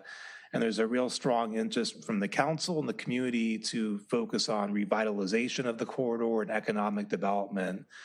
So with that, the council did give direction to increase the floor area ratio cap, or FAR, from 0.6 to 1.5 that allow larger buildings there. Also direction to allow for some more innovative uses such as rooftop dining, and we presented a draft ordinance to the City Council on that. And then also along the way, we demonstrated some of the challenges with parking, and the City Council made some adjustments to the parking requirements along the ACAP. So that conversation was started in August, and we had some follow-up meetings, and that was related to land use element. In January, we discussed historic preservation policies in the land use element, and the council gave direction to continue with the incentives that value the historic properties within the community, such as the Mills Act, but also to maintain the voluntary designation process. In January, we also discussed the FAR limits for the public and institutional zones in the city, and that's all the government properties such as the Civic Center, school sites, Beach Cities Health District, and there was some discussion about what the floor area limits would be for those properties. Currently, there is no cap set in the general plan. Under this proposal, under this adopted land use element, there would be a cap. Ultimately, the city council decided to maintain what was in the draft plan, which was 0.75 for most city properties, with the exception of the Civic Center, which would be 1.25, and then also 1.25 for Beach Cities Health. And just for the benefit of the audience, the floor area ratio is basically how much square feet a building could be in relation to the size of the lot. So if you have a lot that's 1,000 square feet and you have a 1 FAR, you'd be allowed to build a 1,000 square foot building on it, just for clarity.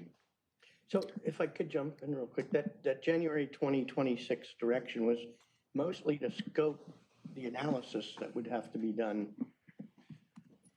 for, and we reserve the right to change the FARs as we You do, and just to be forward. clear, the land use element is still pending adoption. We have that scheduled for August 4th.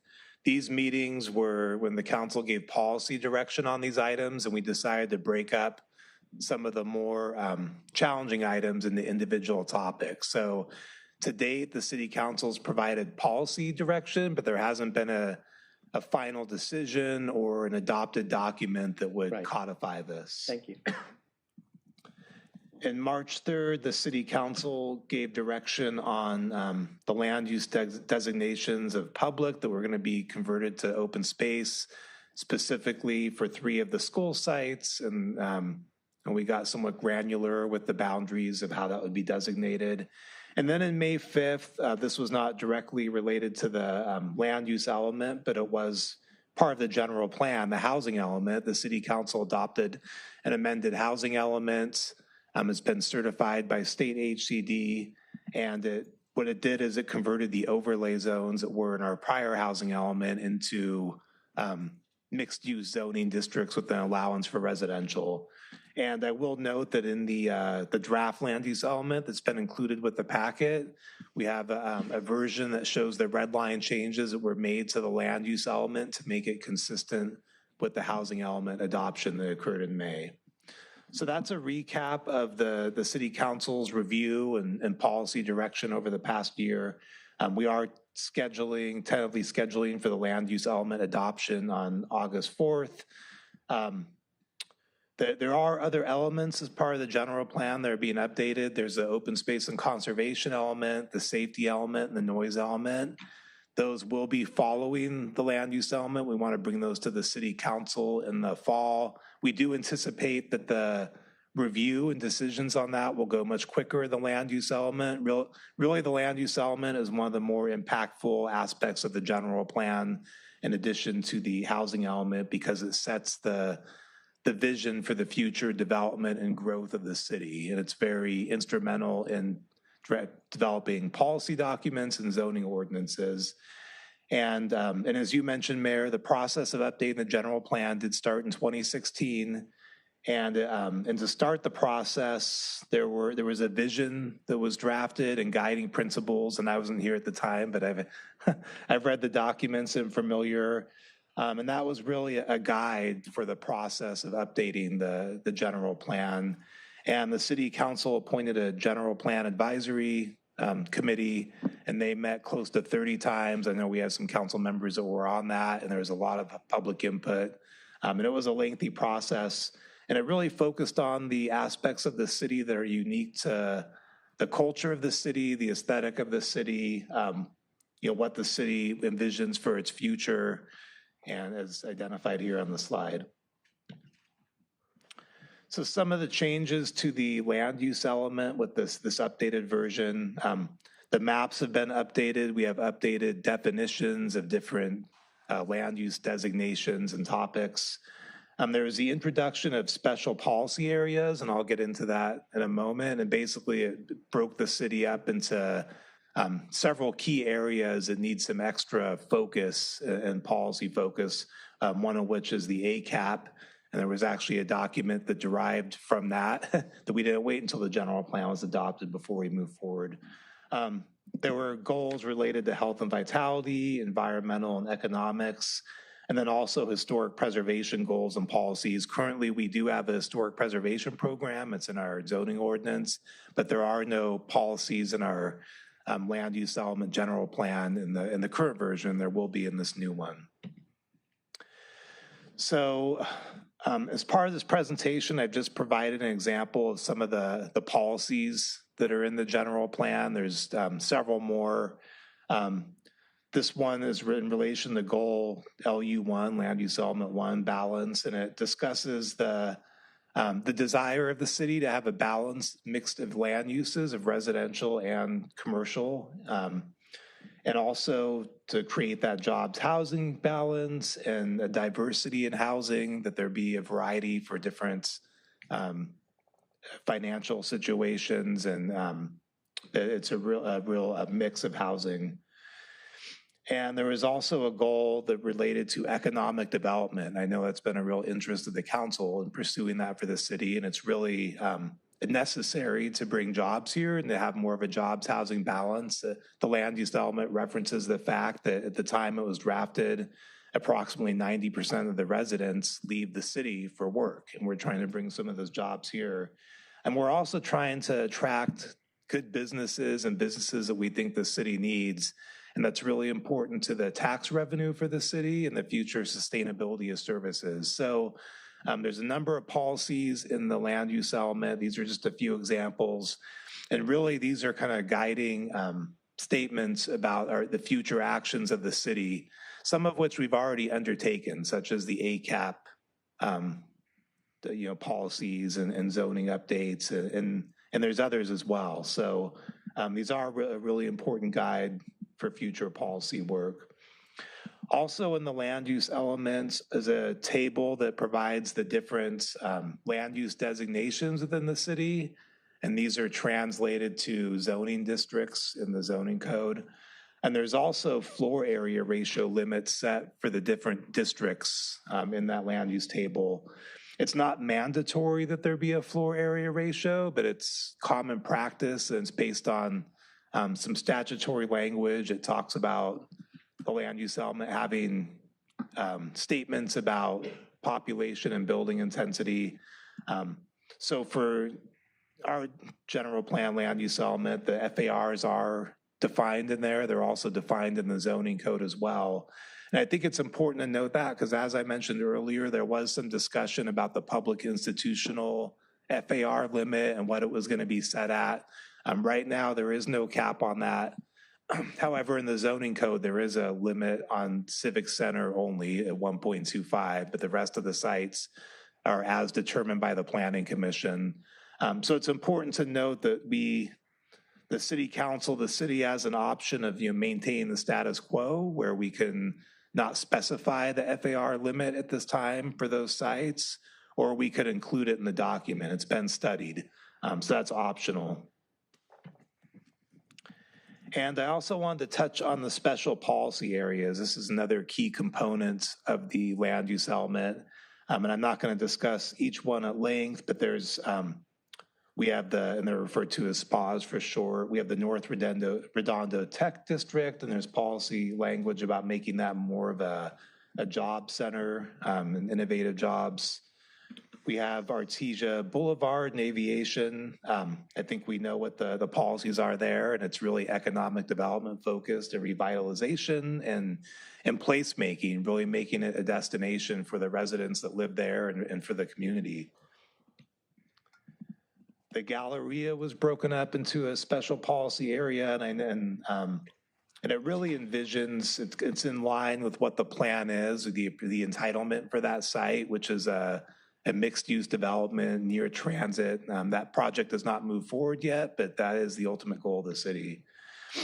There's also, as a special policy area, there's PCH North and then PCH South. And there's really an intent to make this somewhat of an economic development opportunity to do placemaking along this, similar to the focus on the ACAP, but the ACAP is prioritized first ahead of PCH. And I know in prior discussions with the city council, there was, and based on some of the policy language in here, a desire to move forward with a plan, a corridor plan for the PCH also, and that would come following the ACAP. So that would be derived from the land use element. The Riviera Village is identified as a special policy area, and really the policy statements about this area are essentially kind of maintaining it, retaining what it is currently, which I think the city is very pleased with and we would like to continue with. It also does identify the need for parking solutions there and to explore that, and I know that that's underway as well. So those are the special policy areas. So between that and the land use tables with the FAR and then the policies, that's really the bulk of the land use element, and it's several different standards and guiding policy statements on the future development and growth of the city. Now, I do want to talk about what land use changes are subject to Article 27. Article 27 is it's unique to Redondo Beach, and it's a requirement that any major change in land use needs to be voted on by the people in the election, and there needs to be an accompanying traffic study that discloses the impacts associated, primarily traffic impacts, associated with the changes in zoning. So in the general plan, what's triggering this is the change in the floor area ratio along the ACAP from 0.6 to 1.5. There's also a change in industrial zone FAR of 0.7 to 1.0, and this is strictly for the industrial zone north of Manhattan Boulevard. And then also there are some minor changes along PCH, changing the zoning designation from C2 to C4, which equates to 0.5 to 1.0 FAR, and it's fairly limited. We included a map highlighting the properties that this applies to. It's not along the entire stretch of PCH, but we just wanted to clarify. So overall, I'd say the ACAP is the most substantial aspect that's subject to Article 27. The other ones are fairly minor. There's also the FAR requirements for the PI zones that would be subject to that also, and that's really ties into my next topic. So what staff is seeking, the recommendation is we're looking for direction from the City Council on the land use element. We intend to bring it forward for adoption on August 4th. If the council would like to see any edits or amendments made over the next month, staff can work on those. I think it's even possible to bring this back for another discussion item prior to that if there's some additional topics. We don't have enough time to do extensive work on it, but if there's some refining and something the council would like to see amended or added, there's opportunity for that. Also, staff is requesting that the City Council direct us to modify the Article 27 traffic study. It's been posted on our website. We did not include in the current plan the recent adoption of the housing element, in part because when we got started on this, the housing element, this new version had not been adopted yet. Also, there was a measure that was approved by the voters, Measure DD, that exempted the housing changes from Article 27. That said, there's a case to be made that it should be included as part of the current plan and should be considered, and the purpose of Article 27 is disclosure and disclosing the impacts. That's why staff is recommending that you direct us to work with the traffic engineer to include this. And per the requirements of Article 27, it would be posted within 10 days from the August 4th adoption. And then finally, we're seeking direction on the scope of the ballot measure and associated with Article 27 that would be scheduled for the November election. And there's really two main subjects of Article 27. That's the ACAP and those other commercial and industrial FAR changes that I went over. And then there's also the PI, the public institutional FAR limits that are set in that. So we really see that as two separate policy issues, and the City Council does have options with this. We can combine all these land use changes as one ballot measure and have the voters vote on it as one item. We could also separate those, and they could be two separate items for the vote. Or a third option, identified as C here, is to separate out the PIFR to a later date in a future election. And so that would not have to be part of this overall vote and update. If that were to be the case, then we would bring the land use element for adoption on August 4th. However, the FAR limits for the PI would not be defined, as is currently the case. It would basically be maintaining the status quo on that. And it could be an issue that's addressed at a later day and as part of a separate election. So those are the city council's options, and we are seeking guidance on the document itself and the Article 27 analysis and the ballot measure. And that concludes the presentation. I'm available for questions. And I also am joined by our planning manager, Sean Scully, who's worked very hard on this project over a span of, I think, 10 plus years. He was there on GPAC. He's available. With us, Yeah. First day. Can you go back to your first page of recommendations? The previous page to the, yeah, there you go. Okay, so first off, you know, what strikes me is I've forgotten some of those goals and some of the policies.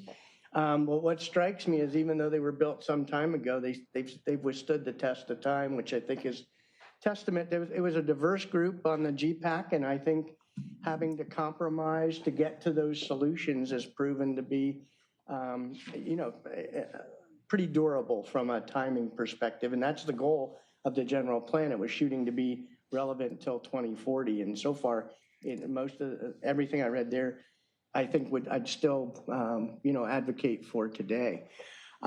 With respect to the update to the Article 27 traffic analysis related to the housing element, having been on both of those, the initial instantiation and creation of Article 27, which was Measure DD, and then almost one of my first meetings after being appointed as mayor was with City Attorney Mike Webb to address how do we normalize Article 27 and not put the city at jeopardy with our housing element. I can tell you from the perspective of what Bill and I tried to create and communicate in there is that the cumulative impacts and whatever new zoning is being proposed would be something that the voters would have in front of them as they're making those decisions. And when I worked with former city attorney Mike Webb, we never addressed, what we addressed was not making the, preventing zoning changes related that had to be incorporated to make our housing element, to implement our housing element. Those would not be put to a vote, but we never discussed excluding the cumulative impacts of that on future Article 27 votes. So I think in light of both of those, I would take a very firm stance that we have to include the cumulative impact of those housing element zoning changes into future Article 27 votes. It makes no sense to do otherwise because you'd be missing a major chunk of traffic generation in the analysis. So it wouldn't be representing to the voters what the true impact of the change would be based on current zoning. So I would request the council do that. If not, I may be a strong opponent to going forward on this. If you go to the next page. Okay, next one. So under B there, and it's my understanding from discussions with you all, and I hope it's still true, that we can get that analysis done and make the November election, correct? And the publishing timelines and all that for Measure Article 27. We confirm that today, as Okay. long as we notify them by tomorrow. As soon as possible. Okay. On this one, are you advocating the potential under B that we would have the two votes on the same ballot? No, I don't think that's possible from the timelines we discussed. It would be very challenging. It would take some creativity in preparing the subsequent Article 27 analysis.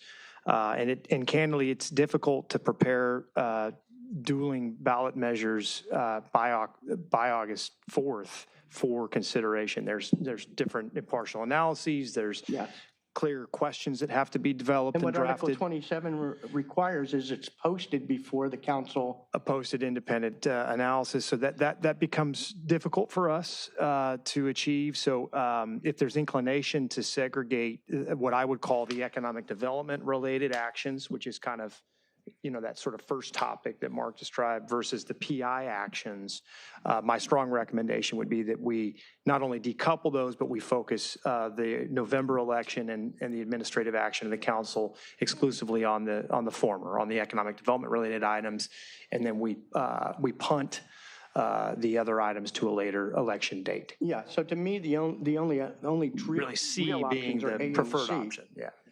Are A and C. I will tell you from an Article 27 perspective, Bill and I never intended to take each element of every major zoning change and put them as a cafeteria plan to vote on, because the analysis to show the independent impacts and then the potential combination and permutation cumulative impact gets onerous. And even if the city could produce it, it's doubtful many of the residents would ever decipher it enough to understand it. So we never intended, and there's an example in Measure G, there was two major components to that. There was a lot of smaller ones, but one was putting parkland on the AS power plant site, which we totally supported. And then there was the increase in the cap of development for the harbor, which we didn't support. But yet none of the public who was involved in Measure DD in Article 27 said, no, you've got to divide those two out, because we intentionally wrote it so that the impacts would be considered together. Because for the reasons I said before, the combinations and permutations analysis gets onerous. So, I would hope the council would only consider A and C. And to help direct the comments from the public, I'd like to kind of we've gotten a lot of comments on both sides of this, but from a PI perspective, I think we've been bombarded the last couple of days. And a lot of them were requesting that we separate out the PI zone FAR vote. So I'd like to ask the council where you're at on that. Councilmember Waller, where do you stand on separating the two? I'd love to be able to get this all just done, like you said. Our first GPAC meeting was, I think, April of 2017, with Sean and Lena running everything, and people in the audience there were part of it as well. But after talking to staff, talking to you, I would be okay separating it into two separate things. And as Mike Witsamski said, if the PI takes longer, it takes longer. I don't think trying to rush it all and getting it all in one election would work. I don't think staff could do it, and I don't think it would be reasonable. Councilmember Castle, what are your feelings? I think it's best to separate them into separate elections, go with the economic zoning and separate PI at a later date, sort of punt that issue. Councilmember Kalajerovich? Yeah, I think the priority is absolutely the economic, changes that we need to make, and we should have made them many years ago. The PI changes, I think there's been some misinformation out in the community, and I think just to communicate what those changes would be and to clearly understand what the impact of a yes or no vote would be is important, and I think that would be better at a later date. Okay, thank you. Councilmember Abaji, where are you at on that? If you could light up 2B, I will show you exactly where I am. Speaking of Shakespeare in the park. You're on Artesia Boulevard? This tells you exactly what you need to know about what we need to do, in what order we need to do it, and where my priority is. My exclusive focus, the whole reason I'm on council, reason why I came to council was to fix this street. And it's taken 5 years. I want to thank staff, by the way. Thank you for bringing this now. Thank you for doing this while you're doing a million other things. You're getting rave reviews from Impulse. They're saying you're firing on all cylinders, helping them meet their deadlines. You're getting great reviews from the Deep End Live that just opened up. So is the fire department, for that matter. Martha's? Yeah, so you're doing tremendous work. And I totally, were I in your shoes, I totally would have excluded the housing element too from the analysis, but I understand where the mayor's coming from. So I'll get to a motion after we finish this straw poll.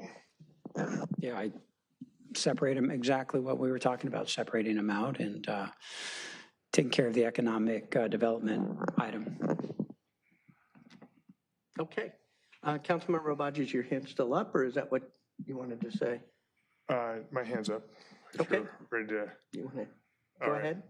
All right. So as I just showed, actually, that was a slide I'm preparing for moderating a panel this Saturday in ICA, Independent Cities Association, relative to rethinking Main Street. And our speakers are going to be Arias, who the city has retained, as well as Ellen Schwartz from the UCLA Center for Parking Policy. And we absolutely need these changes on Artesia Boulevard. TV again? You know what, let's light it back up, yeah, because I think you should understand what I'm showing there, in case you don't.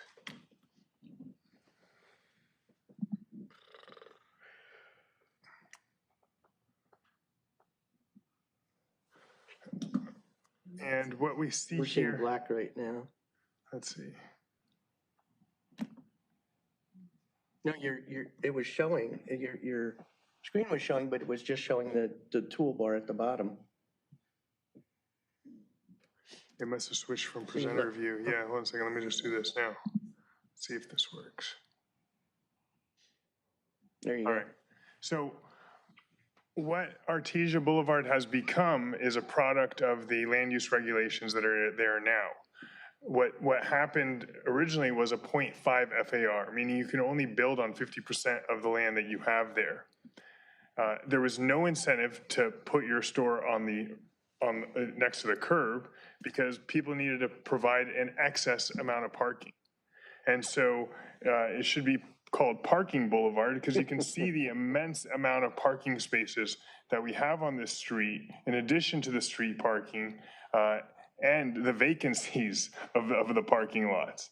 So that needs to change, and the way we're going to change it is by increasing the FAR to 1.5, allowing dining decks, promoting the complete redevelopment of some of the old buildings on this boulevard, and making it easier, since we've already done it, removing the parking regulations for people to open up new businesses there without requiring them to provide onerous parking spots.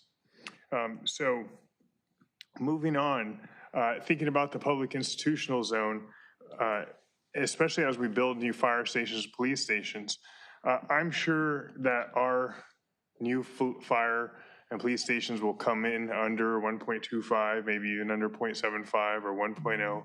But what I'm not sure about is what is Redondo Beach going to look like in 30 years? And how much density will the state force down our throats? And will we become, as I've heard some developers say, that this whole area needs to become like Manhattan, not Manhattan Beach, like Manhattan, with high rises so that there's affordable housing. So I'm not sure that we as a council right now should recommend to the residents to impose an FAR limit on the city's own land. Because great, yeah, these fire stations are intended to last us, 10, 15 years, but if the population of Redondo Beach doubles, we're going to need double the amount of fire rigs and double the amount of firefighters potentially. And so we're going to need to increase those, or the city's going to need to increase those. That's long beyond when we'll be serving here. But I don't know that it makes sense for us to put a cap right now on the city's land. But with that said, there also seems to be a misnomer in the community. And the misnomer is that by putting a FAR limit on property, we're conferring rights to anybody. And that is just not accurate. And actually, when people write to us and they say, stop BCHD, what I want to tell folks is take a look at our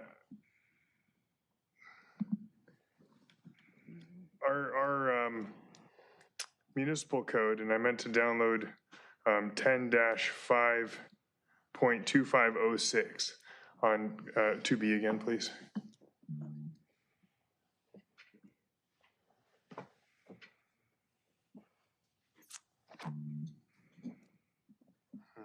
Maybe I need to drag it. Nope. All right, well, in any event, I don't need to display this. The municipal code has regulations as far as conditional use permits. If BCHD wants to build residential care facilities for the elderly on their property as is intended, they're going to have to get a conditional use permit. That is where the city has regulatory authority over the development. That's pretty much it. And BCHD will have to apply, and they'll go first through the Planning Commission.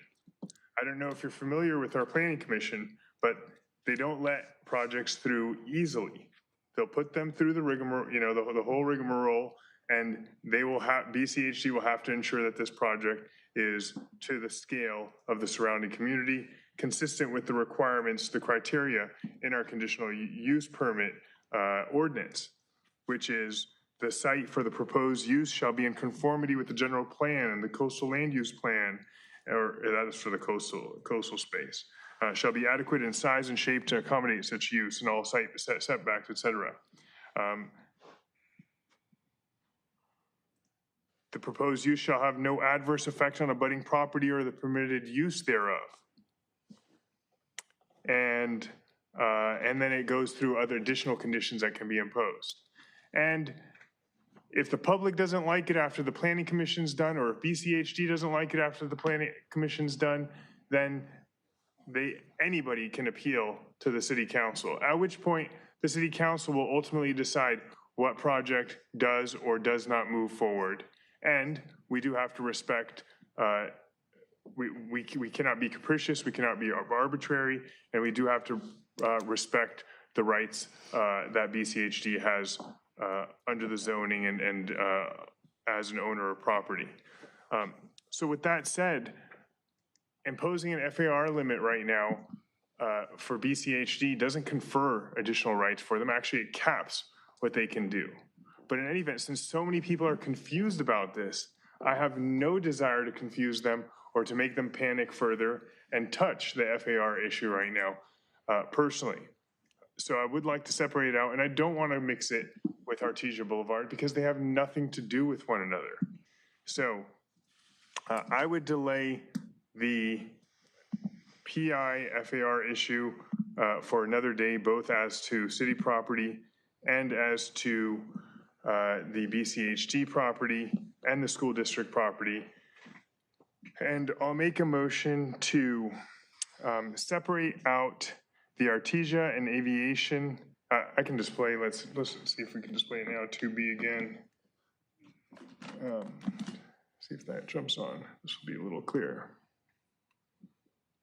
All right, that's not working, but separate out the Artesia and Aviation Boulevard and other commercial and industrial FAR increases pursuant to what you just described for PCH North-South and the industrial uses, and from the public institutional PI zone.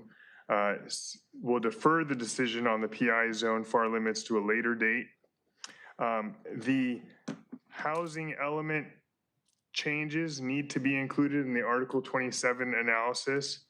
And the Article 27 analysis needs to include three things. The as-built environment, the maximum build under the current zoning, and the maximum build under the new land use regulations. Is that what you wanted, Mayor? That's what Article 27 says, yes. All right, so now we're making it specific, and that's part of the motion. And that's it. Do you need anything else? I think that covers it. Good. All right. And direction to prepare corresponding ballot measures, the corresponding ballot measure for August 4th consideration. Yes, and please prepare, motion to prepare corresponding ballot measures. Is it going to need 3 letters or 2 letters? I would suggest we do 2 letters. Okay, so ART is out of the picture. Oh, you want 3? Can we do 3? I'll ask. All right. And I'll let you know when we All get right. back. All right, sounds good. But I'm going to second it. Do you need anything else? No, that covers our considerations. Just to make Yes, sure, can you go back okay. to the recommendations slide? Yeah, so that's effectively option C. Right. And then going back one, it's covering the items listed. One more back there, Mark, second. Yeah, next, no, sorry. Go back to, yeah, there you go. Under the one parenthetical, the proposed increases include the FAR cap along RTG Aviation and then the other industrial and commercial zone changes, basically covering our economic development related general plan, land use element updates. As our teeing that up for administrative approval consideration on August 4th, along with us, the corresponding ballot measure that would then be presented to voters in November. Okay, can we go back one more? And item 2 there, as was noted, would the Article 27 analysis would be updated to incorporate the housing element. And already 1 and 2 have been accomplished through the review. This adds the housing element to the cumulative effects as compared to the as-built condition and the currently planned condition with the housing element included. Okay, second. Okay, so we have a motion and a second. Anyone else wish to speak to this before I go to the public? Okay. Do we have cards? We have cards. I just want to mention, on August 4th, everything needs to be completed. We'll need the ballot title, we'll have the ordinance, arguments for, these are all going to be presented on August 4th because that is the deadline, just so you understand. So will we get draft ballot titles, et cetera, before then so that we can tweak them? Or should we form a subcommittee to work on it? That may be worth considering. We could come back even with a discussion perhaps on some of these items on the 21st.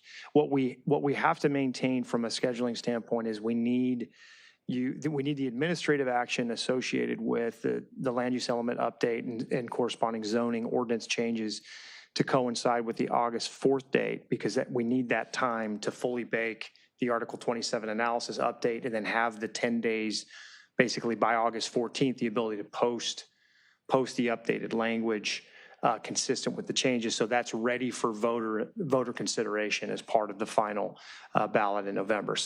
But I think it is prudent to get a subcommittee so we can get the wording. Well, and that's what I was just going to say. So if you want to formulate a subcommittee to assist with those, with the preparation of the ballot documents, that would also be an option that would allow us to tee it up for the 4th. But I do think it would be helpful to have some additional discussion on this. So how about a friendly amendment that forms a subcommittee for that purpose of, I think since you guys are the most passionate on ACAP, you, Councilmember Barrett, and Charles Jervis pretty passionate about it as well, but yes. Language. Yeah, so that's fine. That's what you're recommending? Yeah, it's a lot of work to get this teed up. We're going to have a long night on the 4th if we have to do all of that evening. We'll be prepared to do it if that's necessary. So we'll do the subcommittee Have a subcommittee now. would That's a help us friendly advance that. amendment. Yeah. Councilmember Obaji and I. And well, that's- or do you want to be on? I think Councilman Barrett would be great. Okay, and if you don't mind, me myself on it. If you feel like doing some work. You know, I'm always into rolling up my sleeves. Okay. And they would come back on the 21st? We don't have to. If there's a subcommittee, I think we can work on this and have it all prepared for the 4th. If you wanted to collectively to involve yourselves, then I would suggest perhaps a follow-up discussion on the 21st. But We'll I leave it think as it's going to it is make for more now. sense to do the subcommittee. Okay, I'm going to be out of town, so you guys just two of you. Bring your cell phone. Let's Bring your just computer. schedule to have the result of what we do brought to the council on the 21st so that any tweaks anybody wants to make, they can. That's fine. We certainly can certainly re-agendize it. I want to get all input as much All right. as possible. This is So extremely accept the important. friendly amendment. Yes, Yeah. so I make that friendly amendment to the Oh, motion. July The 21st or time August 21st? July 21st. I'll be here. All right. Okay. So subcommittee and a follow-up So discussion as a. you take the friendly amendment? Yes. The friendly amendment? To form the subcommittee. That's what he just said. He made the friendly amendment that you suggested, and I seconded it. Okay, okay. All right. All right. And we will work, Joy and I and Eleanor will work together to help assist the subcommittee to advance these draft considerations. Okay. So now, public, as you testify, you have a very formal view of the direction the council is heading right now. So, you can aim your arguments at what you've heard, so you're not shooting in the dark. So with that, again, we have to alternate per the new Brown Act rules. So the first card I have is Emma Ramirez, and then we'll go to an online dial-in participant. Good evening, Mayor and members of the City Council. My name is Emma Ramirez. I'm 17 years old, and I serve as a member of the Alcove Beach Cities Youth Advisory Group. I'm here tonight to ask the Council to maintain the 1.25 floor area ratio for the BCHD campus that you unanimously approved back in January, as you discussed the land use element and moved toward the final approval on August 4th. While the Council is looking at land use policies for the entire city tonight, these choices directly impact the everyday lives of the people who live here. For a young person in Redondo Beach, mental health is not a policy debate, it is a lived experience. And sometimes that experience looks like someone sitting out on a crowded campus quad, surrounded by hundreds of people talking, but feeling completely invisible. When a young person goes months dealing with immense academic or life pressure, further complicated by dealing with total isolation day by day, it turns into a slowly creeping anxiety that makes them question their worth. Many young people in our community suffer through that silence completely alone. They reach a breaking point before anyone even notices. That is exactly why Alcove is so important. Right now, seeing construction finally beginning at our permanent site on Beryl Street is proof of what happens when the city invests in youth wellness. This new building will give the care Alcove already provides an expanded home, making sure we are able to reach every single local young person who feels invisible or helpless. But for Alcove and the rest of the Healthy Living campus to fully thrive and meet these growing needs, BCHD needs land use flexibility. Maintaining the 1.25 FAR protects the room our local health infrastructure needs to grow well into the future, not only for the youth, but for families and older adults as well. As part of the Youth Advisory Group, our goal is to make sure that youth experiences and needs are built directly into local health resources. Tonight, we ask you to stand with us. Please maintain the 1.25 FAR so we can continue to build a stronger, permanent foundation for wellness in Redondo Beach. Thank you for your time tonight. Thank you, Emma. Do we have anyone online? Yes, Mark Nelson. Go ahead, Mark. Okay, quick comment first. Almost every coastal city counts parking ramps as part of the FAR. Manhattan, Hermosa, Santa Monica, Huntington. So, the mere measurement problem here is a real problem. FAR 1.25 in Redondo is FAR 1.75 probably in those other cities. So there's a reason that we're trying to get this right. The public is remarkably more aware of what's going on than I think the council thinks. The action upzone only beach cities to a FAR of 1.25, coupled with the record from January 20th and coupled with Beach City's threat to sue, clearly establishes spot zoning. There's really no question there. It's wrong, it's illegal. Even Beach City's attorneys that we pay for say that. The same thing's largely true at 200 PCH, where you're taking a P-SF up to 1.25, I think, and you're skipping off the rest of the P-SFs. So I think that Councilmember Obaji and I are in radical agreement that either all of it's 0.75 or all of it's 1.25 if we're going to move. And I'm fine with all the P-SF going to 1.25, and I'm fine with all the P-CF going to 1.25 because I'm a stakeholder as a taxpayer, and this impacts me. Each city has a self-inflicted wound. They spend 36% of their employee budget on their executives. If that happened at Redondo, you'd be spending like $13 million a year, and Mike would have a way nicer car, probably. So it's absolutely ludicrous to reward them for stupid. But I'm afraid in the future that we could all have this problem that Mr. Obaji brought up, where we need space and we need revenue. And if that's the case, then everybody goes up to 1.25, all the schools, all of the PCF, all the rest of it. Civic Center, don't care. It's separately zoned. It can be whatever it is. So I'm just really concerned that this thing turns into a mess because we will end up letting beach cities get a free pass for not being able to manage its own money. Surrounding neighbors within the first 1/4 mile, which is the blast zone for beach cities noticing, have lost between 80 and $110 million of property value. So we don't need any more tall buildings or any more square feet. We need to clamp down on this. Okay, thank you. Your time's up. So I just want to make sure the public understands what the motion is on the floor. The motion on the floor is to go forward with the zone, the general plan update related to commercial and industrial spaces. And the PI zone, FAR, and vote have, we've kicked that, well, the current motion would put that out to the future.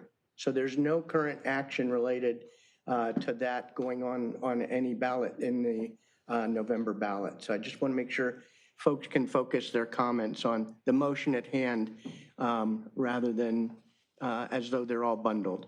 So next card I have is Eric, is it Jerez or Jerez? Jerez.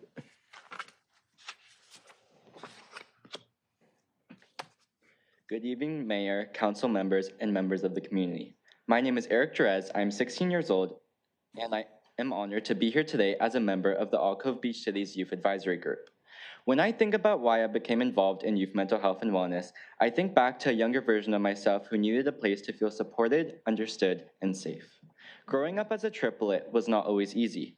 My parents carried the immense pressure and stress of raising 3 children at the same time, and during some of the hardest moments, that stress affected the way my family functioned. I experienced challenges at home that made growing up difficult. At the same time, I often felt like I did not fit the mold that was expected of me. While my brothers seemed to naturally fit certain expectations, I struggled with finding where I belonged. By middle school, I was facing significant struggles with my mental health, including severe anxiety and depression. I reached a point where I needed support and guidance to find my way forward.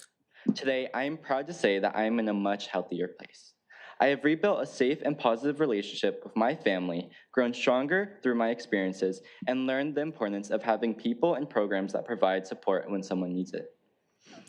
The reason I share this part of my story is because I know that support systems can completely change the direction of someone's life. If I did not have people who believed in me, listened to me, and helped me move forward, my story could have looked completely different. That is why I support the Beach Cities Health District and the important health and wellness programs it provides to our community. Programs that focus on mental health, prevention, and connection are not just resources. They are lifelines for young people, families, adults, and older adults who may be facing challenges that others cannot see. As a young person and community member, I want Beach Cities Health District to continue having the ability and flexibility to serve our community's future needs. I support maintaining the proposed 1.25 floor area ratio for the Beach Cities Health District campus because it allows Beach Cities Health District to continue expanding and adapting its services while remaining focused on the people it serves. My story is only one example of why organizations like Beach Cities Health District matter. Behind every program, every service, and every resource is a person who may be looking for hope, connection, or simply someone who believes in them. Thank you to the Mayor, City Council, and everyone involved for your time, your consideration, and for continuing to invest in the health and well-being of our community. Thank you. Well said. Next, no, you're free to sit down. Next person online. Daryl Boyd. Go ahead, Daryl.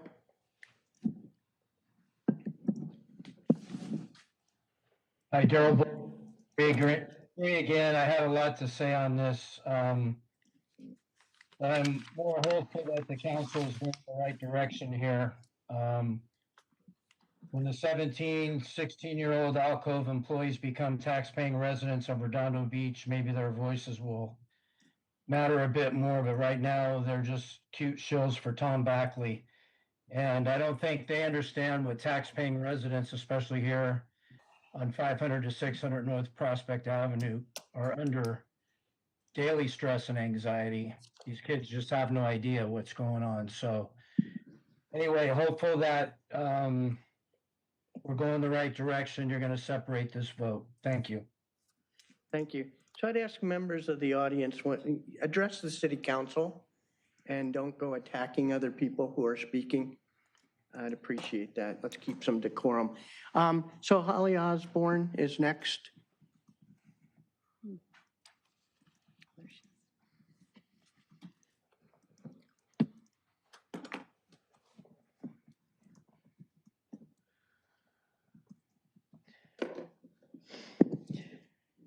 Good evening, Mr. Mayor and City Council members. My name is Dr. Osborne. I'm a resident of District 5. I want to talk about BCHD and their proposal to evict Silverado and its dementia care patients and allow Sunrise Inn to build assisted living and dementia care facilities on public land, which is owned by the taxpayers of Redondo, Hermosa, and Manhattan Beach. And I want to add for the record that I am from back east originally and have numerous relatives in the McLean, Vienna area of Virginia. Sunrise's corporate headquarters are in McLean, Virginia. I am not ignorant on the corporate behavior of Sunrise, and that is what I want to talk about. So Holly, I'm sorry to interrupt you, but that's not within our purview. We're here to talk about zoning. I know, and I'm going to talk about zoning. Okay, then get to the zoning and not attacking. We have no say over what organization Beach Cities Health District picks. Their board does. So if you have something related to zoning. I do. Okay, then please speak to that. Okay, and you're using my time.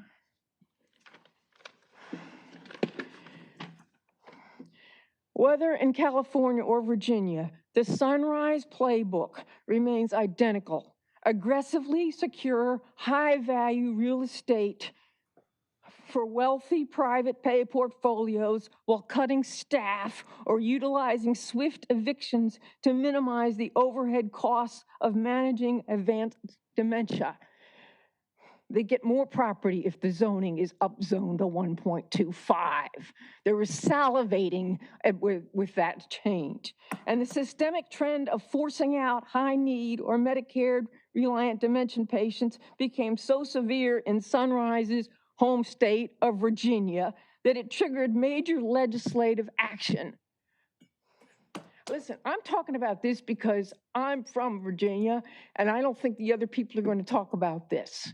And you need to talk to the board about their selection. We don't select who they contract with. If you have something related to the zoning, we're willing to hear it. Yeah, but good. You cannot continue to talk about something that is beyond the jurisdiction of this panel. Okay, I'm glad that you're taking the zoning separate out because I do not support the 1.25. And you've already said that you're taking out, but it's very hard to change my speeches on the fly. I understand. Thank you for not supporting 1.25. Is that clear? Oh, I can't ask questions. Thank you. Can I ask a clarifying Yes, question, you can. Dr. Osborne? Can I ask a clarifying question of you if you're not too flustered? Why do you think that imposing an FAR limit of 1.25, which we are not doing tonight, and we don't have the power to do anyways, the residents have to do it, why do you think that's an up zone rather than a limit on what could be built? Because right now, technically, they could propose a project that's 2.0 FAR, and the Planning Commission would have to consider it. I can never win real-time debates with you. All right. All right. Yeah, let's not do that. No, I was just trying to I understand, but let's clarify, not do that. right, for everybody Okay. listening and paying attention. I'm not Next attacking person her. online. Not attacking her. Nancy Skiba. Go ahead, Nancy. Good evening, Nancy Skiba in District 4. I just want to comment that it appears all of a sudden that the Zane and or mayor would like to take the FAR topic off the table in terms of the upcoming election. Now, a lot of people made comments on the page this evening where they said that they wanted no 1.25, and that if that was not made as a separate thing that they could vote on separately, that they would then vote against the general plan. So now, by removing the 1.25 topic currently for the upcoming election, yeah, I don't know if that's some means of trying to get people to vote for the general plan and then later deal with the other thing. But people are very worked up about this, and we don't need to have BCHD just expanding itself all over the place and then kicking out all those poor old people, and then just trying to make a bigger, fatter, more prosperous situation for themselves over there. And really our tenants, our residents here really need to have the opportunity to vote on this in a meaningful way. And I just hope that this is not going to get like swept under the rug, so that they can just get that general plan approved. Really, thank you. Yeah, I feel like this is one where we're damned if we do and damned if we don't. We got a lot of comments to split this out, that people wanted it split out.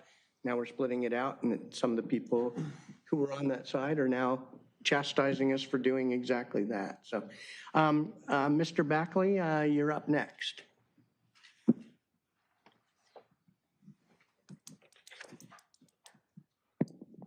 Good evening, Mayor and Council. Tom Backley, CEO of the Beach Cities Health District. I want to thank you for your January direction to adopt the same FAR for large public institutional parcels in the general plan. This is consistent with the city's EIR that showed no significant impact from doing that when you gave that direction back in January. That January direction provides certainty for the community and partners. Sunrise, who is currently the developer that we're working with, took that into account when they made their proposal. That includes public amenities such as a pool that would be available to the public through the Center for Health and Fitness. Reducing the FAR, as we've heard tonight from some of our youth, would impact our ability to bring in developers. I think it's likely that Sunrise would leave if the FAR was reduced, and that would thus impact our budget, and to the tune of about 1.5 million. So Sunrise looked at this when they made their proposal here recently. The details of their proposal will be known in the fall, and so that's something when they formally apply. And so everybody will get a good look at that. I think maybe people are jumping to conclusions or perhaps speculating about what that could be. And so in the fall, people will know exactly what they're proposing when they make that application.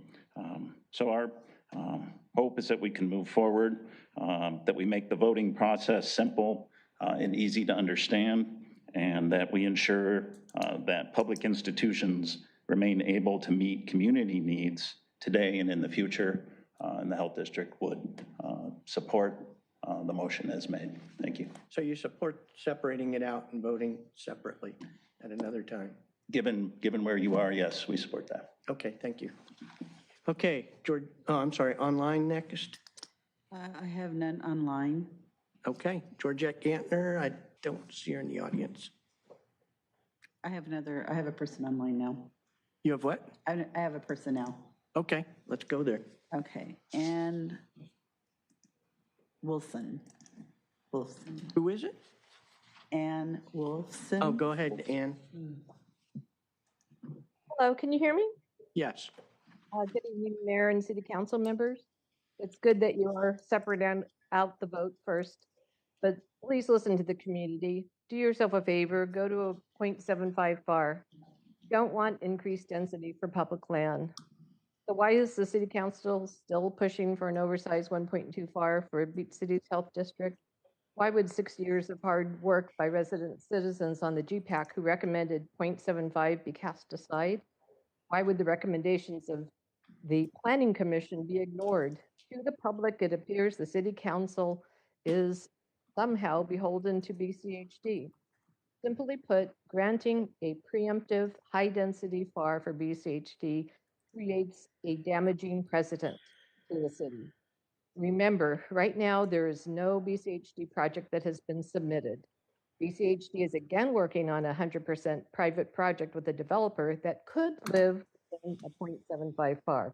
The larger FAR is not only premature, it is not warranted. If they ever do have a viable project that requires more density than the general plan allows, they can do what anyone else would do. Follow the procedures, stand before the planning commission, justify their need for an exception. Why would the city council want to leave a blank check? Not only for now, but for some unknown massive private project in the future? This council's duty is to the city's residents, not to a separate government entity that not only funds 3 beach cities, but is subsidized by well over $5 million and growing in property taxes from Manhattan Beach, Hermosa Beach, as well as Redondo. This is a general plan for Redondo Beach residents, not a BCHD master plan. Again, please listen to the community. Lose the special treatment for BCHD and reduce the FAR to 0.05. That makes a lot of sense. Thank you so much. Okay, thank you. I still don't see Georgette, so we'll go to Todd Lowenstein.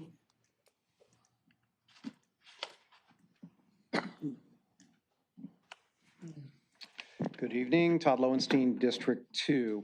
I'm supportive of the work that BCHD does for our community, but Mr. Backley's comments that to keeping this 1.25, there is no FAR on this site right now, so it's not reducing it. A private enterprise with senior housing doesn't have the same needs as a fire department with a ladder truck, all other things, so that is inappropriate. Put 1.25 there.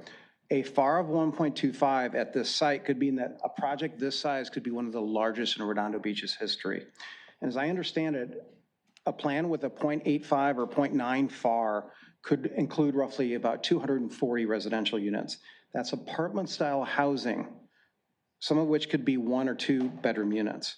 So for comparison, 240 units is more than double the size of the Eddy, which is at PCH and PV Boulevard, which has 115 units. And a FAR of 1.25 will allow a project nearly 50% larger than even a 0.85 FAR version of a 240 unit plan.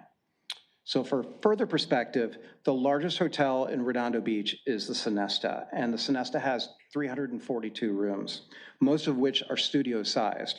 And even the Sonesta isn't situated in a residential zone. A 1.25 FAR project could end up being bigger in square footage than the Sonesta. The BCHD site is surrounded by homes, both in Redondo Beach and neighboring Torrance. The impact on those residents would be significant. While a senior-oriented development won't generate traffic at the same rate as a typical residential project, it will still add a substantial number of car trips in the area. I'm concerned about the impact on the Redondo Beach Fire Department as well. Back in 2020, when I was serving on the council, I asked firefighters how they were holding up during COVID. They told me that calls to the Kensington at PCH and Nob Hill, an 80-unit senior and memory care facility, had them suiting up in hazmat suits 5 times a day, and that the pace was taking a real toll on their health. Now scale that project to 4 times, almost 3 to 4 times that size. That could mean 15 to 20 unit calls a day during a future pandemic.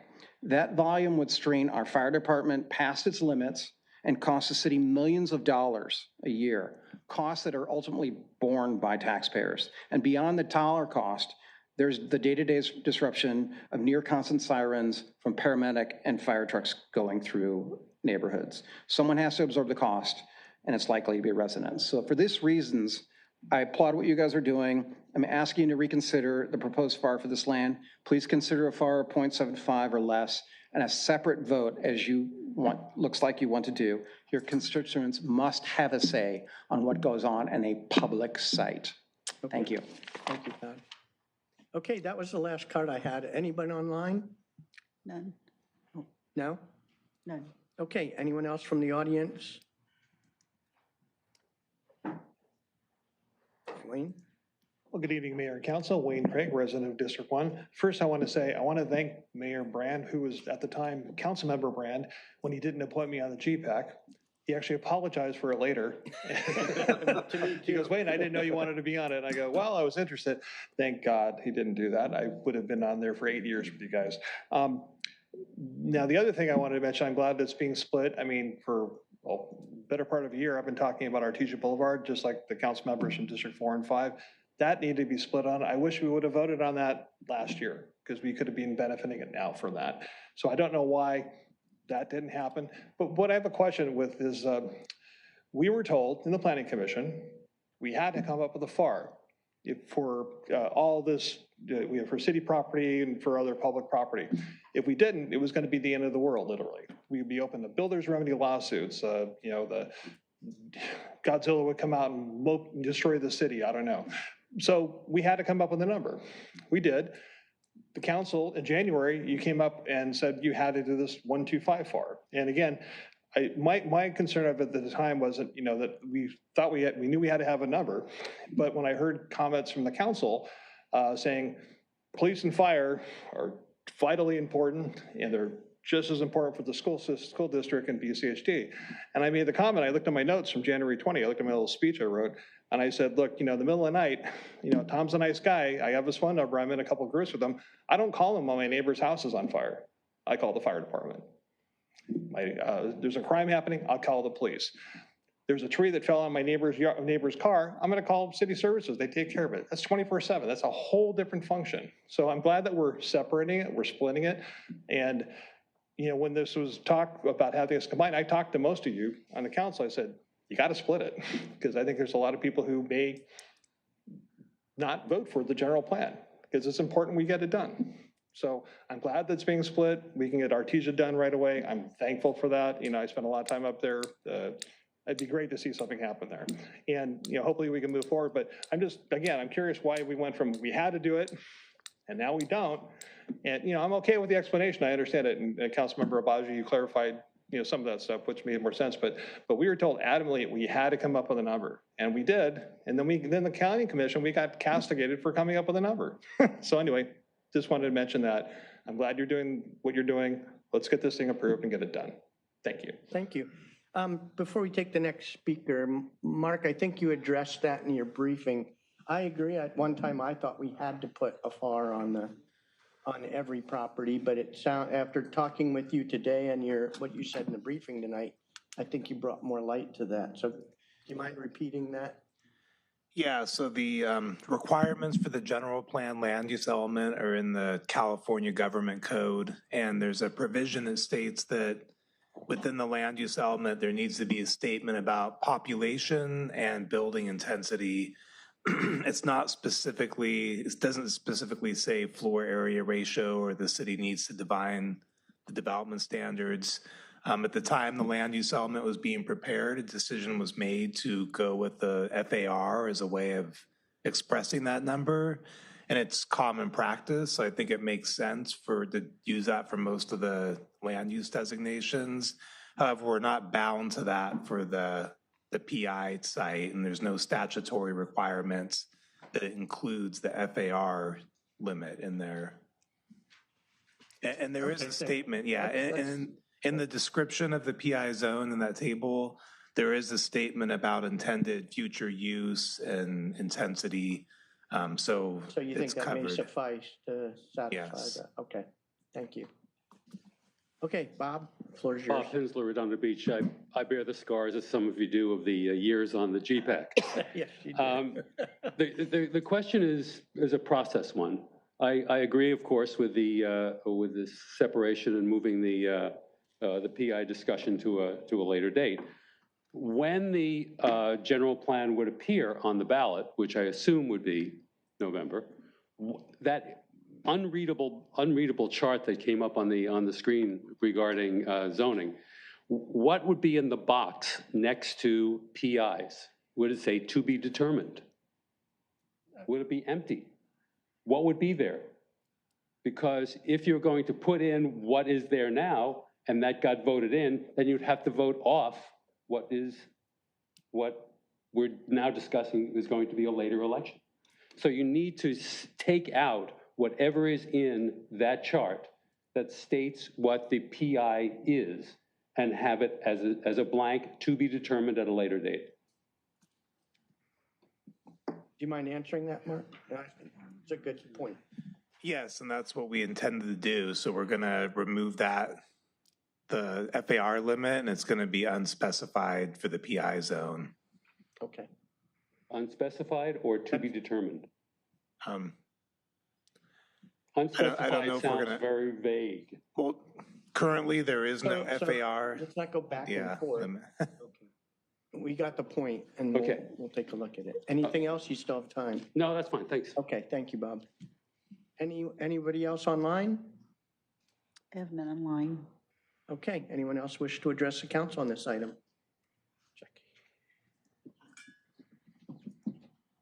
Good evening, Mayor Light, members of the City Council. I'm Jacqueline Sun from Beach City's Health District. I'll make my remarks brief. I think that based on some of the comments tonight, just, want to reiterate some of the council's comments about how the general plan is a long-term planning document, not made to be appropriate for specific projects that we're discussing.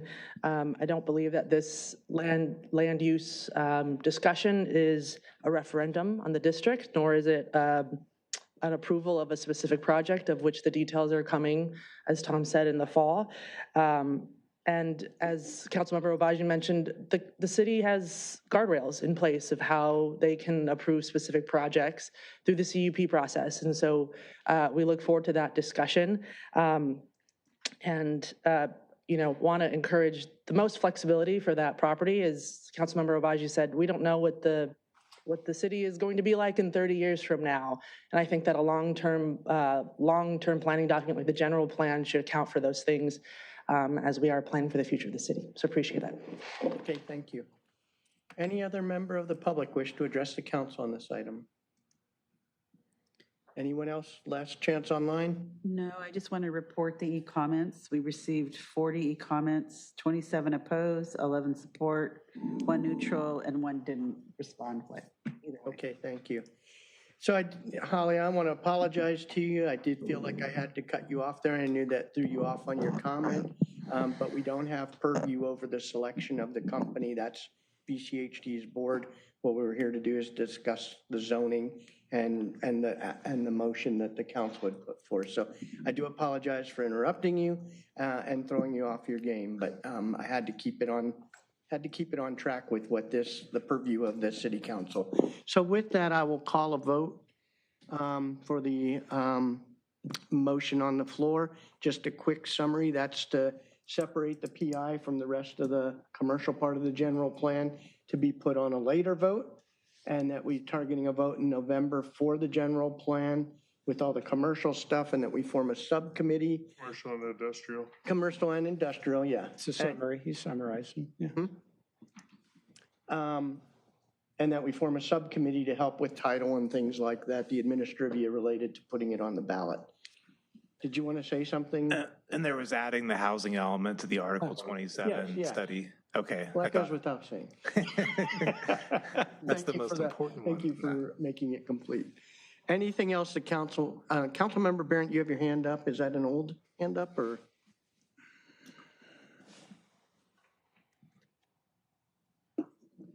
Down. Okay, Councilmember Obaji, any last comment before I call the vote? No, I have some questions for Director Weiner, but I'll ask offline. Okay. Thank you. So with that, again, this is an important one, so I'll do a roll call. Councilmember Waller? Aye. Councilmember Castle? Aye. Councilmember Kalajarovich? Aye. Councilmember Obaji? Aye. Councilmember Barrett? Aye. Okay, motion carries unanimously. Thank you. You're not going to veto that, Mayor? No. All right, thank you. I think we gave the people what they wanted. So, okay, now we're city manager items. Yes, just a couple. I wanted to say thanks to the team. You all said it, the 4th of July fireworks went off without a hitch. As it is Spectacular. As it is every year, we sort of hold our breath through that event. One, for weather, and two, for a safe and No sane marine fireworks layers. display. We had a pretty clear night, which is not always the case, so grateful for that. But well-executed plan by our team. Our vendor did well.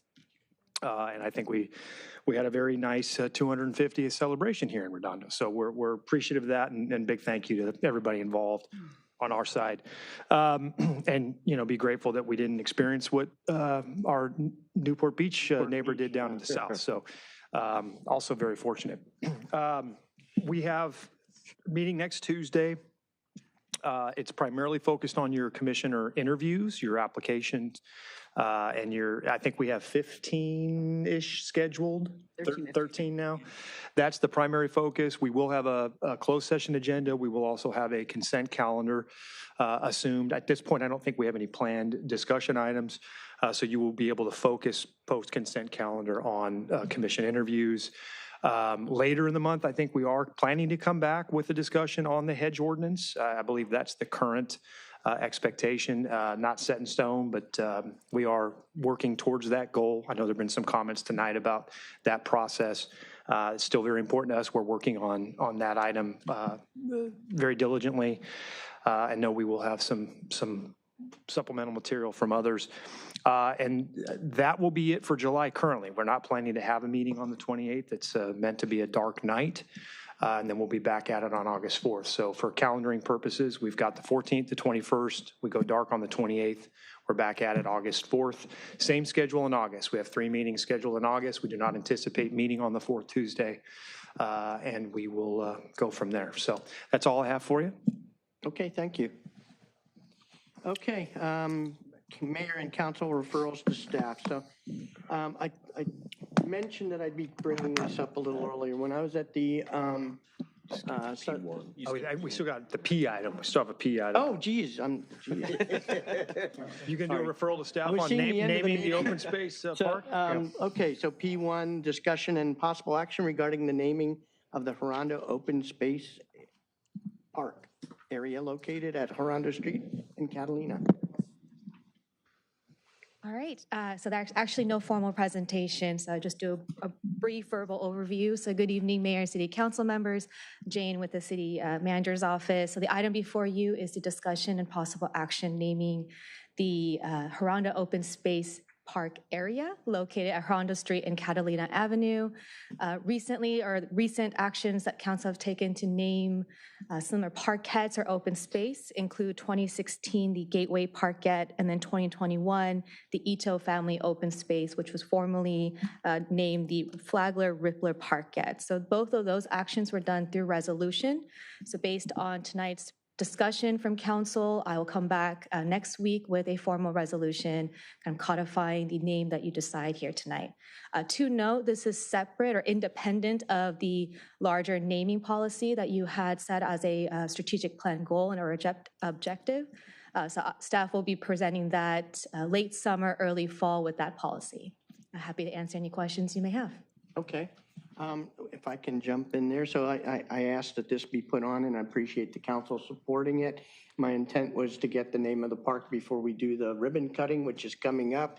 And, my whole impetus was that, this park is there because of Bill Brand, and his name should be somehow in the namings.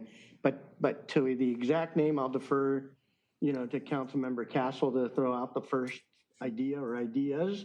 And then the council can support or not support that or add different ones. So I agree that this would be a great way to honor his memory, both in terms of the work that he's done in Redondo Beach, but also for his stance on the environment. So in taking a little bit of the history of that location as Gateway Park, I would say that the Bill Brand Gateway Park would be a great name for that location, for the new park. The Bill Brand Gateway Park. Welcome to the Bill Brand Gateway Park. Yeah? Yes. Got a ring to it? Okay. Though we already have a Gateway Park Parquet. With a Gateway Parquet. I agree with that sentiment, that we kind of have a gateway already, but it is. Well, the It's attached to it. It's attached to, it's the parquet right there. Yeah. Or should we change that, include that with the name change. The name change? Just incorporate it. As part of the park? But it's not technically attached, right? It's separated by a street, and half of the park is not developed, right? No, so the parquet is where that sculpture is? Where that sculpture is going. Wave? Well, the sculpture. Yeah, where it's going. Oh, you're talking Maybe about the other eventually one. going to go. The wave? Yeah, Gateway. Wave. Oh, change it to Gateway Park. Unfortunately, well, this is a little bit out of context, but since it's come up in the name, there is a potential that the artist is not going to be able to deliver the gate wave to us. I received that word today. We'll have more information on that later. So let's not marry our name to the gate wave art project that may not materialize. All right, we got a lot of art money. Okay, so let's get back to the topic at hand. So Gateway Park, just given that it's the entrance to the city there on PCH, or we could just go with the Bill Brand Park. Any thoughts on either of those? They're both fine by me. This first time we're having a discussion about it. It's going to be there. So any other thoughts, ideas? Mr. Butch? Yeah, it's just the first time, right? So you're like thinking through your head, is there some other term for that location? Because it's, you know, if our wetlands were restored, it would be the kind of the entry to the wetlands. So it is a gateway. Right. We get the King Harbor sign. King Harbor sign, which is kind of a gateway. So you like it? I think it suggests the beginning. The entrance and the area. Okay. I think it makes sense. Makes sense. Do we need to do it tonight? We'll take care of it next Tuesday, let it sink in, talk to residents if needed, get more Well, we can give them feedback. guidance tonight. If somebody changes their mind, we can change it in the resolution next time. I haven't even made up a mind. I mean, it's the first time I'm hearing the name. So there's, the only sense of urgency here is to have it identified before we send out the invitations for the invitations, the ribbon cutting of the park. Do we know when that is right now? Well, right, it's on hold, tentative latter part of the month, but you know, maybe August, so it's not certain yet. I mean, we are renting fencing out there. We'd certainly like to have a scheduled I heard ribbon they're cutting. tearing down the fence whether we name it or not. Well, the fence is coming offline end of the month, so ideally it's coming offline with a scheduled ribbon cutting shortly thereafter, but that is not imperative. We have time. You certainly could consider this again next week. We could come back with a resolution that has it kind of blank, and you could fill in the blank next week as a way to execute that action. Would be another way to handle it. What does the city council want to do? Park and then change it in the meeting. That would be another option. If you know, you could direct that and then just be prepared to revisit. Is there a environmental, I haven't workshopped anything, so I don't have ideas, but, you know, the fact that it's got California natives there, is there anything there that we could work into it? I'm just. The other name I thought of was Heritage, but we have another Heritage Court. Right. So, I mean, I think. I'm okay with Gateway. It's like. And we can bracket it for next week. It makes sense that it is a gateway, right? Yeah. And if there's something that's better. And if we ever get the AES plan, it's the whole gateway into that area. The Bill Brand make a AES motion. Park. I'd like to make a motion that we name it the Bill Brand Gateway Park. We'll put that in parentheses for the resolution, pending any adjustments when that resolution comes Put back. it in the resolution, so somebody can pull it and cross it and say, I want to make this change. Put it in regular font in the resolution. Okay, so It's a park. right. Okay. Yes. So Didn't know if like park indicated any kind of requirement. It's a good question. It's larger than our what we would typically classify as a parquet. What makes this unique, as you all know, is it's licensed land. So right. That makes it a little different than some of our spaces, but it's large enough to be considered a park. Is it a trail? It has a trail. Has a trail. It's a trail. As parking. No. On the street. Parking for on the SCE, but street. not for the people. On the street. On the street. Oh, yeah, Yeah. okay. Yeah. It's parking. Jason.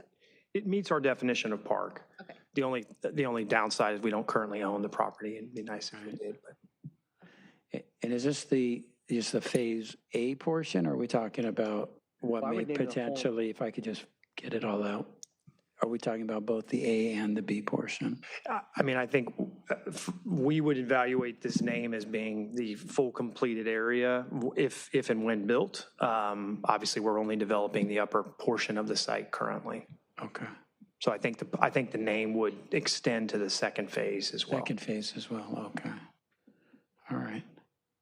And by the way, staff is writing a grant for the second phase. Yeah, we hope to receive funding to do it. And we're approved for the second phase. Mhm. Ah. Well, the SCE has approved our second phase, yeah. Has approved. Yeah. Okay, so we have a motion, we have a second. Waiting on a second. Second. Okay. As long as it's in non-parenthetical. Okay. Non-parenthetical. Before we vote, I do have one card on this, Joan Irvine.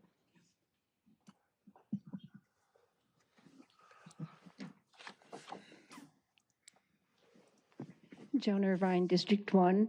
I think if we're going to name it, it should just be the Gateway Park. I don't think that it should have anybody's name attached to it or call it the Catalina Redondo Park because it is the entryway to our city. It is also on leased land, so we only have that for 5 years. And also one of the things that just came up is the parking. There is no parking around there. I mean, there's limited parking around there. I mean, I had to park close to there to go down to Hermosa on Saturday for July 4th. On the 4th of July, of course. No, it's but I've been there for other things that you have to go. So I think it should be the Gateway Park. I think it should be Redondo Catalina Park. And also, and this is going to be just an offhand comment, you know, the people who are going to be going there, probably we should call it the homeless park. Anyone online? I have none online. I actually have, let's see, 3 e-comments, 1 support, 1 neutral, and 1 mention anything. Okay. Christine or Luke, do you want to come up and testify? They do Okay. not. So I will call the vote. All for? Aye. Anyone opposed? Okay, motion carries. Now, we go to referrals to staff. So in the announcements in the beginning, I said I went to the Southern California Association of Governments meeting, and we passed our SB 79 map, which was a vote we were mandated to take. We didn't have a choice. But one of the things is I talked to the cities that were impacted by it, that had transit stations and had actual footprints of what SB 79 would do to them. The majority of them, in fact, none of the ones I talked to said they did nothing. All of them had taken some action. Some had a deferment plan, which allows you, if you can justify that you have the zoning already, you can defer to the next housing cycle. And the others had an alternate plan, which SB 79 allows, which what it does is it lets the city specify which properties it applies to rather than the circle that's drawn in the SB 79 maps. So, you know, I would ask the council to make a referral to staff to come back with a recommendation on what our reaction should be to SB 79 and assess either a deferral plan or an alternate plan. I like that idea. I would make that referral. Okay, a motion and a second, all for it? I had a question. Oh, sorry. Ask a few Oh, I'm questions sorry. first. Go ahead. So I'm looking at the city manager. Have you, any reaction to this? We're familiar with the options available. We haven't acted because we just have, it's going to go to the back of the land use queue. We obviously have been focused on many other things. So I think it is something we would eventually suggest that we do. And we're happy to work on it as time permits. We just got to make sure it follows the right sequence of activities. So Okay. we've got to get through November. We got to get through the general plan update. And then this is effectively a policy document. This is, obviously, if we were to try to implement this through other zoning and follow-on items, we would be talking about Article 27 and a lot of other things. So we would be looking at this more from a plan standpoint that would, it probably becomes a bit of a preheat to our next housing element cycle, something that we would look at incorporating there. We would, I don't want to go into too much detail, but there's some validity to doing this. It's just a matter of, you're going to need to be patient with us because there's a lot in the department, Okay, thank you, Mayor. Sure. Just know that we're exposed today. Oh, yeah. Any developer could come in on any property within a half-mile circle and just say, right here in the neighborhood we just protected from the K-line in the right-of-way, somebody could say, I want to put multiple stories next to a single-family dwelling that's one story, and it's administrative approval. So the cities I talked to they said, you're behind the power curve here. You should be doing something proactive. Well, you don't get to limit it entirely. I mean, No, you have to show that you're meeting the intent of SB 79. But we can pick which properties we apply it to, that's the reason they took it on. I know. They are probably not experiencing the rest of the land use things that we're experiencing. One of them had already changed their general plan because of our lawsuit, so They probably don't have an Article 27 analysis associated with their changes. Well, that's what, I don't want to get in, I don't want to debate it tonight. I think we can do it without an Article 27 vote. Okay, any other referrals to staff? Councilmember Waller? Yeah. I've got a BRR. I would like the staff to look at what it would cost to refurbish the Redondo Beach, the pier sign. This is the welcome sign that you see at Torrance and Catalina. I drove by recently. Paint is peeling. Possible rusting on it. So refurbishment of the sign, and then as options as well, look at painting. There's the concrete support post for that is ugly. I've stared at it every single day. So the two options would be just a two-tone sea blue on the bottom, sky blue on the top, or potentially, it's easy in Photoshop. I don't know how easy it is in real person, a gradient between the two blues so that it blends into the background a little bit more instead of stands out more than the sign itself. I'll second that. Is that District 2? It's a BRR, so. Is that District 2 or District 1? Half of it is in District 2 and half of it's in District 1. It's his side, What about the other sign just up Catalina that's exactly the same, except I think it says Harbor? I haven't noticed if that one is in disrepair, but No, but it's painted the same. We have a long It doesn't way look before terrible. PRRs come to us. Right. Catalina, that You don't Harbor sign see doesn't the look Just saying, terrible. when we're doing the pier, those two signs are same style. We should do the same thing to both of them. Well, one's on a big, tall pier. PRR, I'm sure, can discuss both. The BRR can discuss both. I'm happy to extend it to both, but All right. But the last budget hearing was last one. I know. He's warming up. I think the ink has dried on our last motion, I think. It was just, I didn't. He wants BRR number 2. Anything else? That's it for me, but I hadn't noticed. What was your number 2? What was your number 2 for? BRR. It was going to be, but I was advised otherwise. In regards to H5 under consent, it talked about the auto pulse, the service plans that we extended and were passed. I'd like if we can include that discussion or include in the vehicle replacement discussion that's coming up, how we plan and budget to amortize those upcoming costs, because they're not small. I think it was close to 800,000, something like that. So I know those are needed in our service, but how are we going to be planning for that? Do we need a vote on that, or is that? No, we're happy to incorporate that. I mean, as you and I briefly touched on today, I do believe that when we evaluate our vehicle units, we tend to look at things that we want to add or subtract from the replacement schedule. These are likely pieces of equipment that we need. They're sizable enough that we're going to need to include them in the next update. So we're happy to incorporate that, the analysis. It would be separate than the vehicles themselves, though. These would be separate. Yeah, they'd be individual. I mean, that vehicle inventory has a unit number for all kinds of things, including generators and trailers and you name it. Thank you. That's it. Councilmember Abaji? None, thank you. Councilmember Barrett? None. And you already got mine, so thank you. With that, I'll take a motion to, Adjourn, so moved. Second. all four? Aye. Anyone opposed? And we're going for 4 o'clock again? Yep.